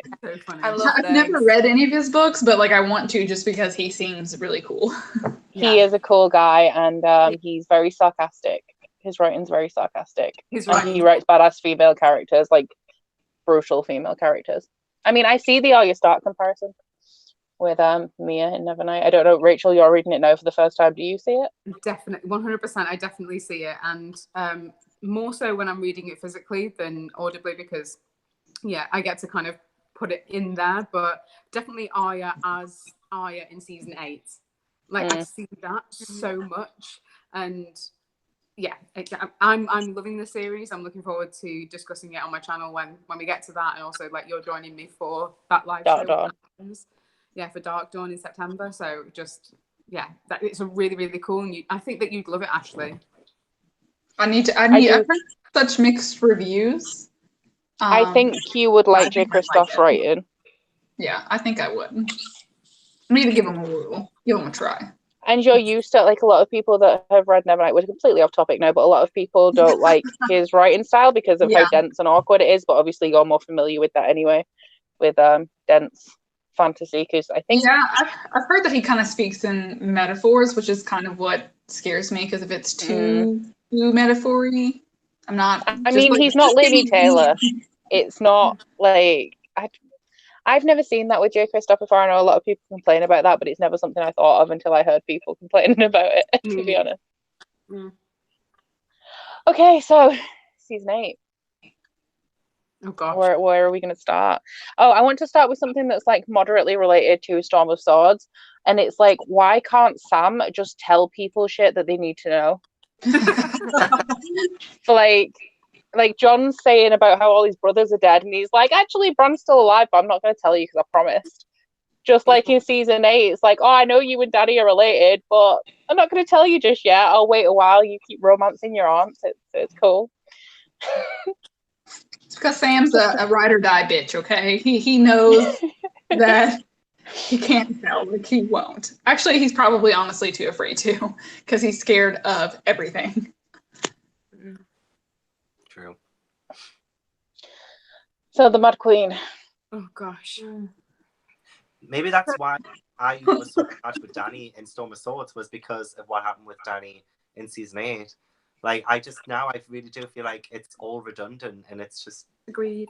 Yeah. There was a moment where, like how we were talking about how they skipped that big battle scene, but it's where everybody's telling her, you shouldn't attack this city, it's not beneficial to you, it does nothing for your status, you're probably going to lose a lot of people, and then she's like, but I want the city, so I'm going to have it. So I was like, well, that is kind of your attitude regarding these things. I have no objection at all to her being the Mad King. I think Mad Queen, sorry. I think it is a decent plot twist. It's like there's evidence of it in her family. Obviously, at that point, a lot of things have been done to her. She's lost a lot of people. She's lost 2 of her dragons at that point. There was just no lead up to it. Like, I didn't believe it. Her spiral should have taken at least a season to develop. Yeah, definitely. Mm-hmm. I think that's pretty much the biggest complaint of this season. Is not necessarily what happened. It's just how quickly everything happened. With, of course, with some exceptions. They did my boy Jaime dirty. Why? Oh, no. Why? And it's so frustrating because they were just at San Diego Comic-Con, and Nikolai, the guy who plays Jaime, was like, oh, his death was perfect. And then... And then Jaime said, Cersei can't live while I'm alive, or some kind of crap like that. And that just makes me think, is it true? Is it really going to happen? But I'm hoping that since he hasn't officially wrote it, that he's kind of like testing some things. And it's like, oh, this didn't test very well with the audience. Let me change it up a little bit, Fingers crossed. I hope he does. I don't mind them dying together. I just don't want him to drop all of his character development to go back, to Cersei. It needs to feel a bit more organic, because if you think about it, in the show, he goes all the way from Brienne's bed in Winterfell all the way down to King's Landing just to die with Cersei. And that even if they'd had a conversation and he'd have been like, you are wrong, and I don't just telling her that things are different now, but he cares about her still. But there wasn't any of that. It's just like, forget about Brienne, let's go back to Cersei. See, this is how I thought it was going to happen. I thought that Jaime was going to go to kill Cersei, and then he was going to die somehow. And then Arya was going to find Jaime, take his face, and then kill Cersei. So therefore, Jaime was killing Cersei, to fulfill the prophecy that apparently didn't really mean anything at all. And, Yeah. And it was set up perfectly for the show, too, when he was fighting Euron. I was like, oh, my God, it's going to happen. It's going to happen. And then you see him, and he's obviously had a wound. I'm like, oh, my God, it's Arya. She's going to murder her. And then nothing. Nothing at all. Yeah. So frustrating. Yeah. That was another frustrating thing. Sorry. You go ahead. I was going to say the thing for me was the prophecies not being fulfilled. What is the point in putting all these prophecies in if none of them are going to come to fruition, because so many have previously, so what the hell? And there was something else as well, and it'll come back to me, but mostly the prophecies is what bummed me out. That's the major thing. Yeah, I agree, especially with me saying in Storm of Swords how there were a lot of prophecies, a lot of dreams. And I just feel like at this point, none of it means anything, which I don't want to force the TV show onto the books, because it is going to differ and it's not going to be exactly the same. But I'm finding it really, I'm struggling to separate both of them. And I need to learn to do that. But yeah, what Cody said, there was the whole, what is it, Azor Ahai? Mm-hmm.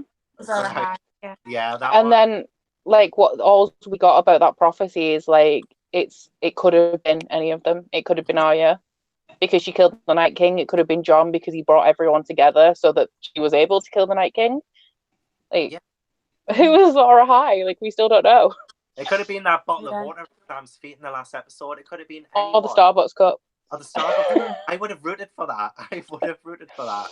I told Rachel something that I saw on Twitter that made her really, really angry a couple of weeks ago. You know how we've been talking about how Arya is a warg and that Nymeria is still alive? Mm-hmm. They filmed and made a complete direwolf scene for the Battle of Winterfell and didn't put it in because they thought it would be boring. What?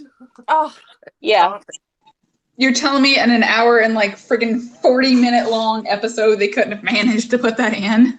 Because they thought it would be boring. And I was just like, and because we're reading the books and we know that Nymeria is still alive and that she's running with a pack, and when we were doing our last live show, I said, I think that the direwolves are going to turn up. And that was supposed to be in it. And they was just like, oh no, it's going to be boring. But I have a theory that they don't own dogs because they also said that it was more powerful that Jon didn't stroke Ghost when he sent him off to the wall. Bullshit. And yeah, so they just must not be dog people, I'm going to say, because that would have been one of the more exciting things about the Battle of Winterfell. Like, I really liked it, but I was so upset that the direwolves didn't turn up. Yeah, and then was missing for like most of it as well. Like for the battle, Ghost. He was gone. Yeah, he ran off and then he came back with some scars and missing an ear. I was holding out for that direwolf scene. I was also holding out for Arya to use her face changing stuff because what was the point if she wasn't going to use it? And also the warging, like why? Where the hell was Bran? Where was Bran when he was like pissing about being the crow up in the air and like not doing anything, just sat there? Like where were you? Why were you going off when all the action was happening like legitimately around you? What the hell? There's a theory that with all of the near misses that everybody had, that he was warging into everybody to move them so that they didn't die and were in the right place that they needed to be for Arya to get to the Night King. And that's what he was doing that whole time. But it's a theory, because like nobody knows. He was just some crows flying around in the sky. That's all we definitely know he was doing. I wouldn't enjoy that though, because then that would make everybody in that battle like redundant and like dependent on Bran to move them around. I'd understand if maybe he like walked into them to save them at pivotal moments or something, but like maybe not for the entire battle, because one, like what the hell did Jon do during the entire thing except fly a dragon and then run around and then hide from a dragon? And then yeah, I guess the same with Dany. People still died, so it's like to be fair, we are all Bran during the Battle of Winterfell. We all would have just got the hell out of Dodge, so I can't fault him for that, but I just want an explanation of why where was he? But I need an in-short explanation. I don't want that the bullshit of like, oh, if you like read into it, you'll understand it or whatever, or that it's like explained by the creator somewhere else. It needs to be explained in the show. Like I just find that such a cop out. If it's not like they're making some of the prequels are supposed to fill the gaps in the show. Like the show should stand on its own, and the prequels should stand on their own. Yeah, I 100% agree with that. I think that's so frustrating because we're talking about things that don't even make, like, I guess it really didn't even matter in the end, but like with the Night King, we get no explanation whatsoever. It's like we've literally had 8 seasons of buildup and he's gone. And then it's like, okay, we're just going to go deal with Cersei, no big deal. It's like, what? What are you talking about? Like, I get that he wanted to erase history, but why? Like, what was his motives? Like, and I guess, like you said, they're going to explore that in the prequels to kind of guarantee, like, oh, let's see what's up with this Night King deal. But that's fucked up. That's fucked up to us. Yeah. Now we have to watch an entirely new show to understand a show that we've been with for 8 years, And it's not even the same creators, so it might not be any good. Well, I mean, if they've kept the same creators the way they've went, I'm kind of glad. Well, come on, for 6 seasons they were good creators. Yeah. Yeah-ish. Yeah. You're right. Okay. They just got bored and lazy. Yeah, I don't honestly. I don't to go and do Star Wars. I think they got bored. I think that they had been on it too long because George R.R. Martin said they could have done 3 more seasons. HBO wanted at least 2 more seasons. HBO tried to convince them to do full seasons instead of partial seasons. All of the cast didn't mind staying on. I mean, I know they've been with the show a long time, but they didn't mind staying on to complete the show. And it was just them 2. They were the only ones who didn't want to do it. So I'm guessing they just felt like they were bored with doing the same thing. Because I know that normally happens with long-running shows. Yeah. Because they wanted to do Star Wars, right? They wanted another franchise. That was basically it. Yeah, I don't know why they just wouldn't have handed it to someone else. Like them finish out maybe like the 6th and 7th season and then have someone else. I don't know if like there was maybe a contract involved that, only they were able to do it. I don't know. But I mean, now that I think about it, I don't like season 7 all that much because it's quite clear that they just killed off every other house that wasn't relevant so that they didn't have to put them in the final season. yeah. So the Sand Snakes and Olenna Tyrell dying and all the people like that, it was just so that they could, they didn't have to deal with them in the last season because it was rushed as it was. Can you imagine if there was more characters? Yeah. Yeah. Somebody in the chat asked why the hell was Bran made king. I do not understand that. Because Bran is all the Brans, so I feel as though we might get more from that in the book, in the books, and we might see, that being actually more important. I understand the reasoning. I just don't. Why not Jon? It's just ridiculous.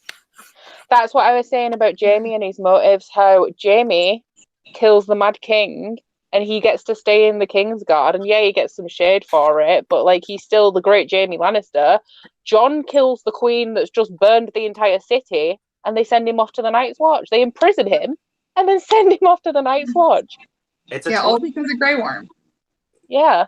And then why does anybody care about Grey Worm? Because the whole point of not liking Dany, according to all the characters, is because she was a foreign queen with a foreign army. So why does anybody care what Grey Worm thinks? They didn't care about what Grey Worm thought when Dany was the foreign queen with the foreign army. So why do they care about him now? It doesn't make sense. I think they're scared of him because he's pissed. Yes.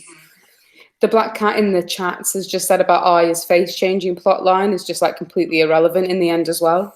It really is. Oh yeah, I mentioned that. Yeah, it's just like why? And the Sand Snakes were definitely robbed. That scene in season 7 where they just like everybody is slaughtered, I was horrified. I love the Sand Snakes. Yeah, they did. That's probably the worst portrayal from like the book. See, there's a lot of exciting things that are coming. You guys get to meet the Sand Snakes. They're way cooler in the book than they are in the TV show. I'll tell you. Yeah, so at least they got that to look forward to as well. It's just, I think everyone's pretty much on the same page. Like this season, it was just utter rushed. Yeah, hot fucking mess. But do we all agree that it was good up to a certain point, and then after the battle, it just went? I think it was good up until so the first 3 episodes were good, but then when you look back, season 7 was good until you get to the end and you look back on it all as a whole and you're like, that was just not good. Yeah. When you find out that they could have put a direwolf scene in and then didn't. Yeah. I'm not letting that down. No, yeah, I feel like looking back on it, because the reason why I liked the first couple episodes is because I was like, okay, it's building up. It's building up. The first episode was literally just everyone reuniting. Second episode was everyone saying goodbye. And then you had the third episode, which was, great. But like you said, the stakes weren't even high. None of the main characters died except for Jorah and Beric Dondarrion, which, those are still kind of secondary characters. And some of them, like Jorah, we knew that Jorah was going to die defending Dany at some point in this season, so that was a given. Brienne and Jaime were on the front lines. One of them should have died. Yeah. So many of them should have died. There was Ed died as well defending Sam because Sam was on the front lines because I'm Sam, I killed a white once. All right, but there's literally thousands coming at you now. What did everyone think of Melisandre's death? It seemed a little unnecessary to me. I'm like, why would you why? Why would you take off your ruby and be gone? You could still live. I feel like that's the one time that the prophecy was actually fulfilled because she said to Davos at one point that she was going to die in Westeros, and then she said she'd be dead by dawn. So that's the only prophecy that was foreshadowed in a previous season that actually that's all I want to know. But I thought at least somebody was going to kill her. I didn't think she was just going to walk out and die. I mean, was she just an instrument of the Lord of Light? I mean, is that what that was saying? Who is the Lord of Light? Yeah. Yeah. I don't know. He's so many answers. He's one of the most influential gods and has done so much and has been so pivotal in the actual show. But But for them to not get any kind of answer on who he is, and is there multiple gods? We've got this kind of faceless god, or the god of many faces, and we've got the Lord of Light, like we were talking about in the last live show. But there's no real kind of understanding. Is there actually just all these gods? I mean, the Lord of Light is the only god that actually did anything as well. I mean, we see the heart trees, and that's tied to the children of the forest and stuff, but the old gods never make themselves known, I want to say. And then the new gods, I'm assuming that the new gods are just a sham, like the Seven. And it's just a religion that whoever conquered Westeros, like when they introduced the Seven, they were like, you're going to worship these gods because I said so. But I don't think the Seven actually exist at all. Yeah, I would think that the three-eyed raven would kind of be... is that considered part of the old gods? I mean, because that's a pretty integral part of the series. I mean, I guess the old gods, they don't even, like, the Seven have names. You have, like, the Mother, the Crone, etc. Yeah. But the old gods are just the old gods. I guess they're not specific, and it's just anything to do with, like, the children of the forest and the heart trees and things like that. Yeah, so, well, I mean, the three-eyed raven uses the heart trees to, like, see things, right? Am I remembering that correctly? Like, I think they can see through their faces. Like, Bran communicates with Jon, doesn't he, through one of the heart trees when Jon's north of the wall. Yeah, it was just a whole hot mess, essentially. But we're speaking about this, like, kind of looking back. But at the time, like, sort of like after the battle, I don't think, like, the first moment I realised that this was going to be a shit season wasn't until the very end of episode 4. Like, I genuinely thought, like, this was going to be an amazing season until... Yeah. Oh, what was the dragon called that died in episode 4? Rhaegar, yeah. Like, it was that moment when I kind of thought, well... Why can't this dragon in the sky see all these ships? Yeah. It was bullshit. And how easy it was for him to die. Like, it was kind of like, are they throwing, like, mythology out the window here a little bit? Yeah. It makes the characters so stupid that they couldn't see an entire Iron Fleet right in front of them. And the dragons are blind as well, apparently. Like, a dragon can't see threats. Yeah.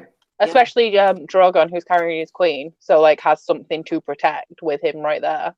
And then, of course, Dany did, in the last episode, exactly what she could have done to the Iron Fleet. Which was just swoop in on a dragon. Because I was watching it with my boyfriend, and I was like, those things that are they called scorpions? Yes. The big crossbows, they can't turn. They can only turn if people push them, and people can't push them as fast as a dragon can fly. It's common sense. But like, all he had to do was swoop behind them and set fire to them. Yeah. They can't, and then that's what she did anyway, so it was totally possible. Yeah, but it just made the end of episode 4, that was the moment I realised, wow, like, it's gone downhill, like, so quickly. With the downfall of Rhaegar was the downfall of the show for me. I don't know if you guys felt that moment as well. I completely agree with you. Yeah. And it's also, I mean, the infamous Starbucks mug as well. And the bottle of water. It's just ridiculous. But someone's just said in this chat, Caitlin, Dany kind of forgot about Iron's fleet. But the thing is, this is something that D&D said as well. And she's like, oh yeah, Dany forgot about the Iron Fleet. But she didn't forget about the fleet. She was told about the fleet and she chose to ignore it. In the same episode. Yeah. She knew it. She was told it. She didn't forget. She knows that it's there and didn't prepare. Yeah. Mm-hmm. It was stupid. It's a convenient plot convenience to me. Like, that's just... I'd have preferred it being like a surprise attack. It would have made so much more sense if she didn't know that they were there and then suddenly they shot her out the sky through clouds and she didn't see them. Yeah. Yeah, why wasn't she in the clouds? Which would have made it harder for them to see her as well. But at the same time, just don't make it that easy. You know, I mean, she has the advantage. She's in the sky. Yeah. Swoop in and burn them. Why did she even have to come by sea? Like, she could have just, flown over land. It's not like you have to go, you know what I'm saying? Like, it just, she could have been... She did have some dumb bitch moments, though, like when she just parked a dragon. And then was surprised when it flew away because it was attacked and she was stranded there. Yeah, that was funny. She did have quite a few moments in there. I think the turning point for me was when Missandei was killed. I was just like, There's the whole like the second half of the fourth episode. It was just like I don't understand, and then it was like okay, season 5, like they're gonna pull it back and it'll kind of make a bit more sense, and then it just got even worse. And then the last episode, I was, Amelia, is she called Amelia Clark? Yep. Her acting though was on point. Oh, she deserved the award. I don't know. I disagree. I felt like it was. I don't know. I just felt like she had to put her big mad face on, like, like I thought it was a little bit dramatic. That was pretty cool because the writers didn't give her the range or the material to really connect with that mad storyline because it came out. I do agree with that. It came out nowhere. I do agree with that. She had to show like 4 seasons worth of emotion on her face. I'm just going to interrupt you a second to say that I will be a second because Curtis has locked himself out. So carry on with it. Honestly, Curtis, what do you like? But yeah, sorry, what were we even talking about? I forgot now. Saying that she was, Dany and the emotions on her face. Oh yeah. Like I feel like she did a good job with what she was given. Because like, there's only so much as an actor she could have done. Because you could tell she was with her character. So I can imagine like how resentful she felt at that moment of like, why are you doing this to this character I've played for 8, 9, 10 years? Because I'm showing like the behind the scenes. Oh no, I think she did an interview where she rang her mum and she was like, "Mum, they've done something with Dany," and like she was sad about it. So like I can imagine like as an actress like how important that character and role is to her and that she had to do that. Even she didn't feel like it was natural, I guess. So when she had to really like step into that role for that final season, going into it. Actually, do you think she knew in the first episode of season 8 that was going to happen to Dany? Or did they do the scripts like after they filmed an episode? I don't know, actually. I think they do read-throughs before they even start. So I think that she knew. Mm. Okay. Well, that just makes it any easier for her because then she has to like kind of hide the fact that she hates what happens to a character from the very beginning of the season. And at the start of the season, it looks like it's going to go fine for her. But then it kind of just doesn't. So I felt really bad. It's from her first interaction with Sansa, right? That's where it started to go downhill. When she she's not going to bend. It was so catty. It was very catty. Which is a damn shame because those two could have been like queens together, honestly. That was like the ultimate shit. At the same time, though, I feel like Sansa was quite justified as well because Dany came in expecting everybody to kneel to her. And like she hadn't proved herself yet. But I think after the Battle of Winterfell, I think that she should have gotten a bit more respect from like the people of Winterfell because I felt she never got that. So I understand that in a sense. And Sansa was very protective. She was like, who is this foreign queen who's come over here thinking she's going to rule? So I get that. But at the same time, if Sansa had given her a chance, then I feel like, Dany would have felt more welcome. And I think that played a part in why she descended into madness. They were almost there, weren't they, with their heart-to-heart that they had. And then it just went sour and it was just like, no, you were so close. So close. But, yeah. How's Curtis, Becca? I opened the door and he wasn't there. So I don't know. And then he tried to ring me and I told him the door was open. So I don't know where he is. Oh well. Lads. So, is that everything? Why was Cersei just standing around doing nothing in the entire season as well? She just wine.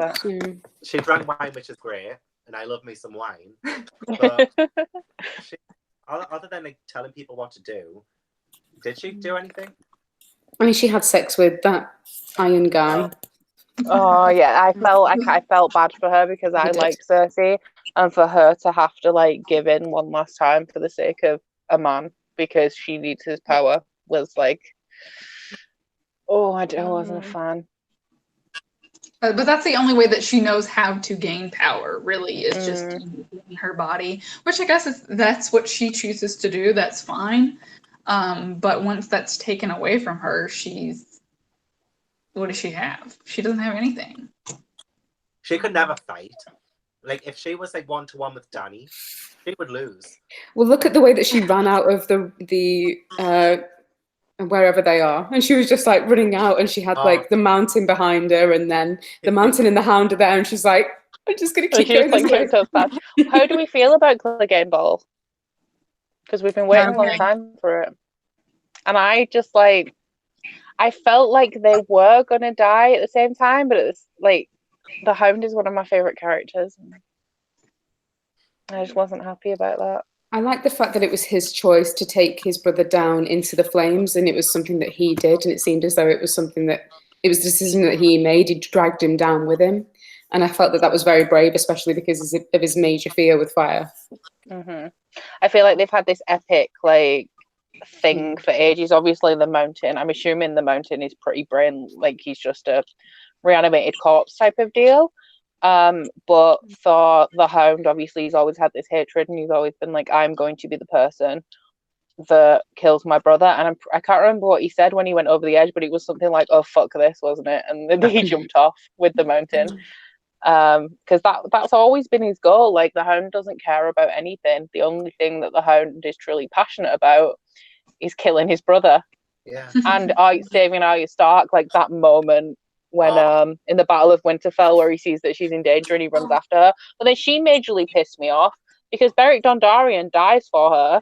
The Hound risks his life for her when he's cowering and terrified of fire. And then Melisandre says, what do we say to the god of death? And then she just runs off. She doesn't even say thank you. They just saved her life. Manners out the window. No manners. Yeah. Well, she's it's a street much the urchin. same as she did to him when she left him to die the first time. Very true. Yeah, I didn't really like Arya running away as well in episode 5, I guess. Like, I understood it because she like the whole moment between the Hound and Arya, then she goes off. But then it's just, I don't know, like, what was the point of her going to King's Landing in the first place if she wasn't going to, like, do what her character was meant to do?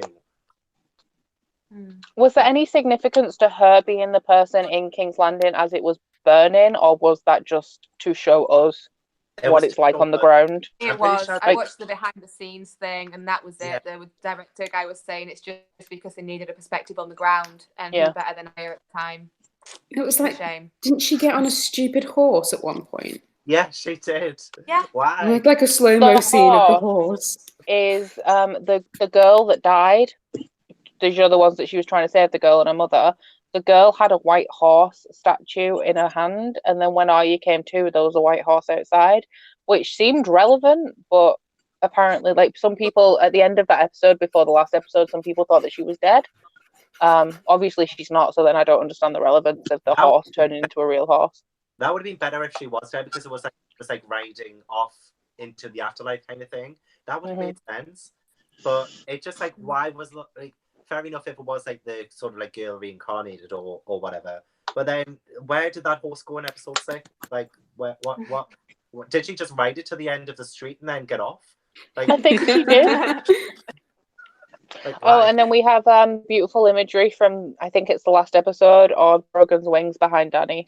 That was awesome. Oh, that was great. That was the best thing about season 8. Yeah.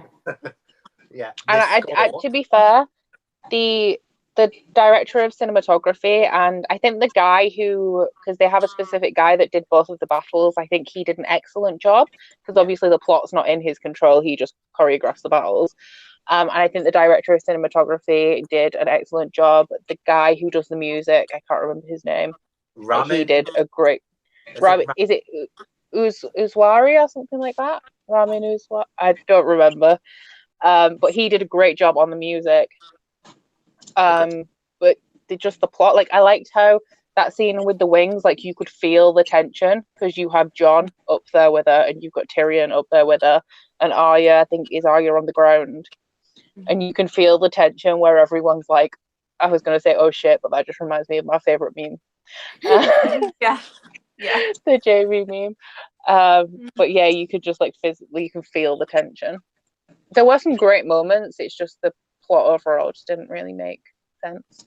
We just needed longer. I think everybody can kind of concur that motion. It's just, we needed it to be elongated. We needed to see the development. We needed to see the decline of this Mad Queen for way more than 2 episodes. Like, just way more. It's ridiculous. It wasn't enough time, and we all agree with that, I think. I saw a tweet from somebody that said how it should have been broken down into seasons, and I can't remember the specifics of it, but it was like, this season should have been the Night King, and the next season should have been Dany. Should have been like defeating Cersei, and then the season after should have been Dany's descent into madness, or something like that, and how it would have broken down, and it would have actually been really good. Because I still think that the Mad Queen plotline is great. The work wasn't put in. Because like, obviously we trust Dany. We think Dany is this great, like, strong female character, and that she's going to come and she's going to get everything that she's been trying to get all this time, and she's finally making progress. She's in Westeros. She's put all of her forces behind a great cause, and then just to see she is a Targaryen after all, and there's a reason that they killed her father, and it's because there's madness that runs in the blood. And I think it would have been great if not for like the lack of development. That would have been perfect. Because we would have been betrayed as well. She would have betrayed us if it had been done well. Yeah. Yeah. And it would have been like one of those big emotional things that they're known for. Yeah. I was just about to say, I think the best thing that came out of season 8 was the memes. Yes. Yeah. There were some good memes. And I've never watched a season of Game of Thrones and had Twitter at the same time. Same. This was the first time, and it was great because I know myself, Gavin, Cody, we were tweeting a few because we stayed up till 2 a.m, and we were getting each other through the episodes. I think the first one, actually, the first episode that we watched, all 3 of us together, was episode 4, and it was like, oh, well, that was a shit show. Yeah, that was a shit show. It's like the season was going really well, so we're like, let's make a group chat so we can like talk about it while it's happening, and then it just started to go downhill. Yeah, and I was so sad because Battle I was of Winterfell was great though. Oh yeah. Yeah, and then afterwards, I'm sure we were all up for like an hour afterwards to look at all the memes that people were uploading on Twitter. Because I could not sleep after each episode because I was starting to get more and more mad myself.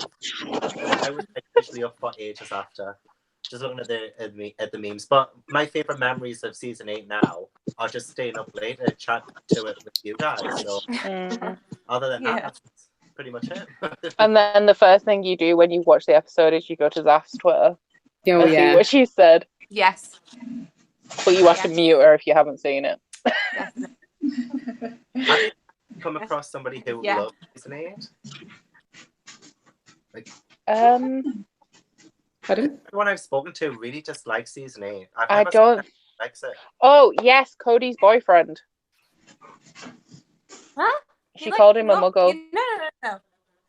He liked the Mad Queen thing, didn't he? Like no, he didn't like it, but my friends like it. But this was her first time. She never read the books, and she thought that season 8 was done really well. And I was literally for 2 days texting her reasons why she was wrong. I got there in the end. I thought you said that Massey. Okay, wrong, and here's why. I thought you said Massey didn't mind it because it makes good television, and then you called him a muggle. Oh yeah, but then eventually he kind of decided after a few days, he was like, okay, actually you're right. But my friend for like a good week was telling me how good it was, and I was like, you're wrong, and here's why. Oh dear. Yeah. So any more thoughts? Too many. Like every single time I meet up with my friends, like in real life, like I try not to talk about it, but I still find myself talking about it, and I hate it. I hate talking about like how much I'm disappointed. Like, I honestly hate talking about it, but I can't stop talking about it. So especially when you meet somebody who you haven't spoken to about it yet, and then you realize that you haven't seen them in a while, and you're like, oh my god, Game of Thrones season 8. And then you just get more angry. Yeah. Time does not heal all wounds. It does not. No, it makes me more bitter. Just wait for the next live show and just see where we are after that. Yeah. I know we don't have a date for the next book, but he did say something. He tweeted something about how if he's not published it and this year, then we're all allowed to, you know, go for him or something. I can't remember if it was 2020 or if it was 2021, but he has like publicly said that the next book will be coming in the next couple of years, and God, I hope so. And I hope he lives long enough for it. See, I'm at the point now where I'm not sure that I will live long enough to finish the series. Because I think that he's the kind of author that if he dies, somebody else will finish it for him with his notes. Yeah. In which case, there's no guarantee that we'll be alive. Because while we're a lot younger than him, it could take forever.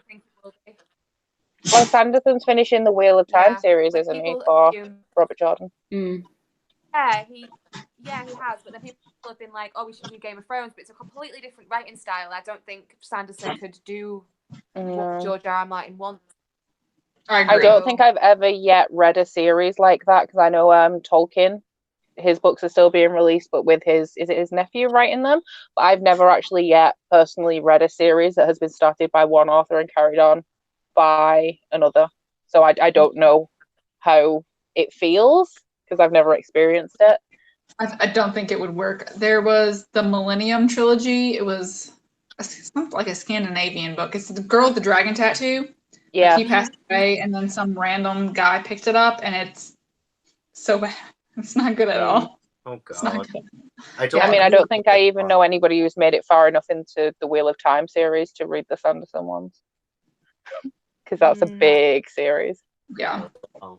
From what I've heard, though, I've heard that like Sanderson does a good job of finishing it out, but I'm not familiar with Robert Jordan's writing and characterization and things like that. I don't think. Like, if y'all think that George R.R. Martin's like cut and dry in terms of like writing style, like Brandison's worse. I mean, not worse, but like even more to the point, concise, very almost utilitarian. Not a lot of spice to it, you know? Yeah. And I mean, Sanderson was inspired a lot by Robert Jordan's Wheel of Time series, which is why I want to read it so much. So it fit quite well. How old is Sanderson? I don't think he's that much younger than George R.R. Martin, is he? Oh, no, 20 he's years young. younger? I thought he was like 40, 50, somewhere in that range. Dude, George R.R. Martin's like 78 years old. I thought he was like 65. No, see, that's what I thought. Let me see. Oh no, he's gonna die and we're never gonna get the books. I didn't know he was that old. Yeah. No, sorry, I lied. He's 70 years old. My bad. Okay, that's better. Because he's like a cute, cuddly old man. And I was gonna say 78 is like old. Well, Stephen King's 71. I didn't know that. There's this quote here that potentially Cody was talking about earlier from him, and he said, I will tell you this, if I don't have the Winds of Winter in hand, when I arrive in New Zealand for Worldcon, you have here my formal written permission to imprison me in a small cabin on White Island overlooking the lake of sulfuric acid until I'm done. Is it true that he has a team of people that look after his law for him and his notes so that he knows like his world? Like there's people who know everything about his world so that he can't get it wrong when he's writing. But can you imagine being a writer of such caliber that you can afford to have a team of people that do nothing but study the world that you built for a job to make sure that you're not contradicting your own prophecies and stuff? God, that'd be a dope job, though. Yeah, because you'd know all the secrets, you'd know what's coming. Yeah. I imagine they also have to check what he's writing to make sure it's consistent. Worldcon in New Zealand is on the 29th of July 2020. Oh, so that's only a year away. Yeah, see? 2020. Okay. I'm surprised that it's not out this year, because I really thought, because it's a big marketing tool, like the show ended. Yeah. Like literally the show ends and it's like, this is how it's supposed to happen. Well, it would have been great. Yeah, agreed. I thought that's what my husband said. He was like, I bet he's going to wait until the show ends and then he's going to release both of the books. I was like, no, never will that ever happen. No.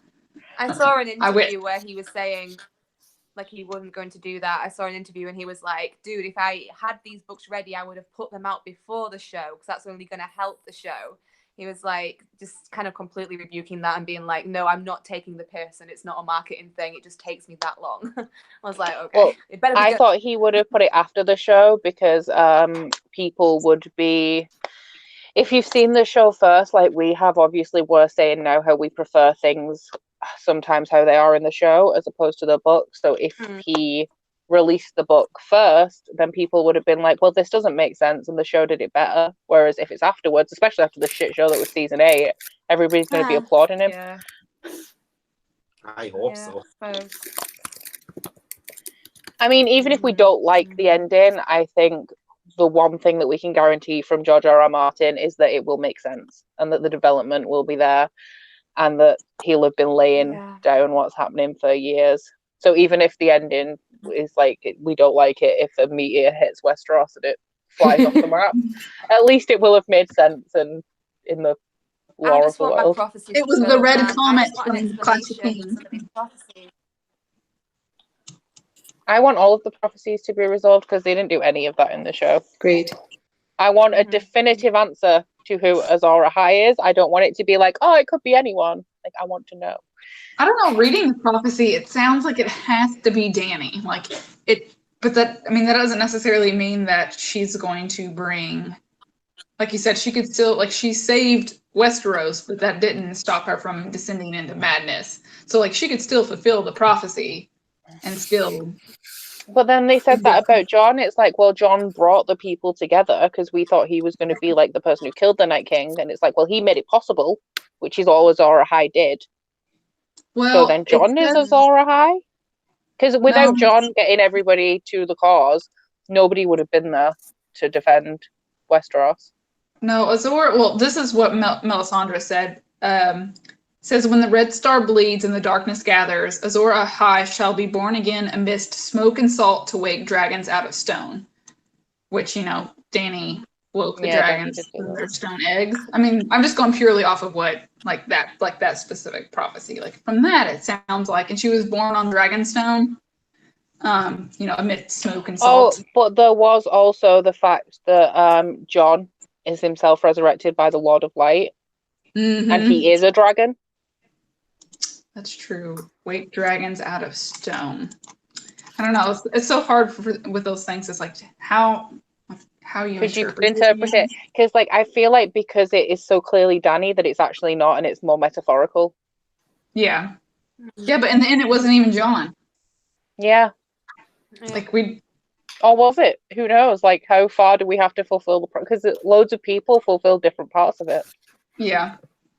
Yeah, you're right. I mean, like, it doesn't. I don't know. I doubt that that's the way that it happens in the books. Like, there's no way that it doesn't mean something. But just from what we know, like, it sounds like, oh, it's got to be Dany, you know, like, but. Yeah, at this point, it doesn't even seem like no one's really aware of Dany. It's like, how do you not know she's, like, I know that they knew that she, like, I think in A Clash of Kings, like, oh, we heard that she has dragons, but that's, like, just folly. I'm like, how do they really not know what's happening? What I want to know is, how could Melisandre ever think it was Stannis? Right, yeah. I think I don't get that. Yeah, I think that she is just... Did she just literally walk up and find the first man that she could find and be like, you're Azor Ahai? Yeah. Probably. She so badly wants it to happen that she'll believe anything, you know? But Stannis, of all people. I don't know. It seems like she is creating, like, she knows that it's not true because she knows that his like, Lightbringer, she knows it's false. It's like a trick. Like, you know, like, she knows that's not true. So I think that she's... But then there was no Lightbringer in the show. Nobody had a flaming sword apart from the Beric Dondarrion on the Thoros of Mer. I can't say his name. Yeah, I don't know, man. I don't know. I feel like one day in 75 years we'll get the gang back together to discuss the last one. 75 years? You know how old I will I'll be 100, almost 100 years old. I will be. Maybe I think I'm the youngest here, actually, so maybe just me on my own. That would not surprise me. Yeah, I'll be 100. I think I'm the oldest. God. I'm not gonna be here, guys. Sorry. I would only be 101. Hopefully we'll have like holograph technology or something. Just talking heads. Just like upload our consciousness and just speak from beyond the grave. I feel like I need to rest though. I need a rest for like 100 years. So hopefully my consciousness isn't awake then. Just let me be, you know. Chill. I'm just knackered all the time. I feel that. I feel that myself. Let me sleep.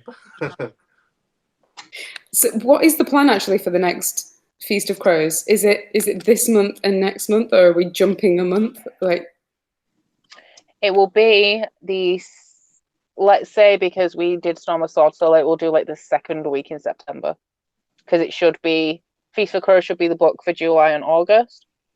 So if we extend it to the second week in September, then we've got a month and 3 weeks. okay. Nearly 2 months, and it's shorter. It's about the size of, it's smaller than Clash of Kings actually. I'm not sure if it's the smallest book in the series or whether Game of Thrones is the smallest book. The hardback edition, I think, is the shortest of all of them because it looks so thin. I think it's like 796 pages long or something like that without the appendix. I think we're through the biggest books in the series, because from the look of my copies of Dance with Dragons, obviously they're split into two, but one of the like halves of Dance with Dragons looks really thin. Yeah. Compared to the rest. So I think we're through the thickest book. Phew. I mean, I'm not. Oh yeah, Cody's not. She's got 250 pages left. 250 pages to go. If it's the second, if we stick to the second week, I will actually be in Booknet Fest, so I will be unable to attend. Oh, it's okay. We can move it. Let's just look a rough date. Yeah, just whenever. You know, Do like the 15th Gavin, or the 8th. We'll see. Gavin no, has yeah, a live show as well for Read Rate Review. Oh yeah. Okay. Yeah, that's fine. We'll sort it out. All right. So I think that's probably about it, isn't it? I think so. Good. Wow. Well, thank you for joining us for this 2 hour and 26-minute live show. I don't think it's quite as long as the last one we did, but it is getting there. This will probably be the longest one we do, though, because we have no need to discuss the show anymore. That's true. So it'll just be discussing the last 2 books in the series. But it has been great having you guys. Thank you if you stuck around the entire time. And we will see you sometime mid-September. Yay. Yeah. Bye. Bye. Bye. Bye. Just remember that I have to end this. There we go.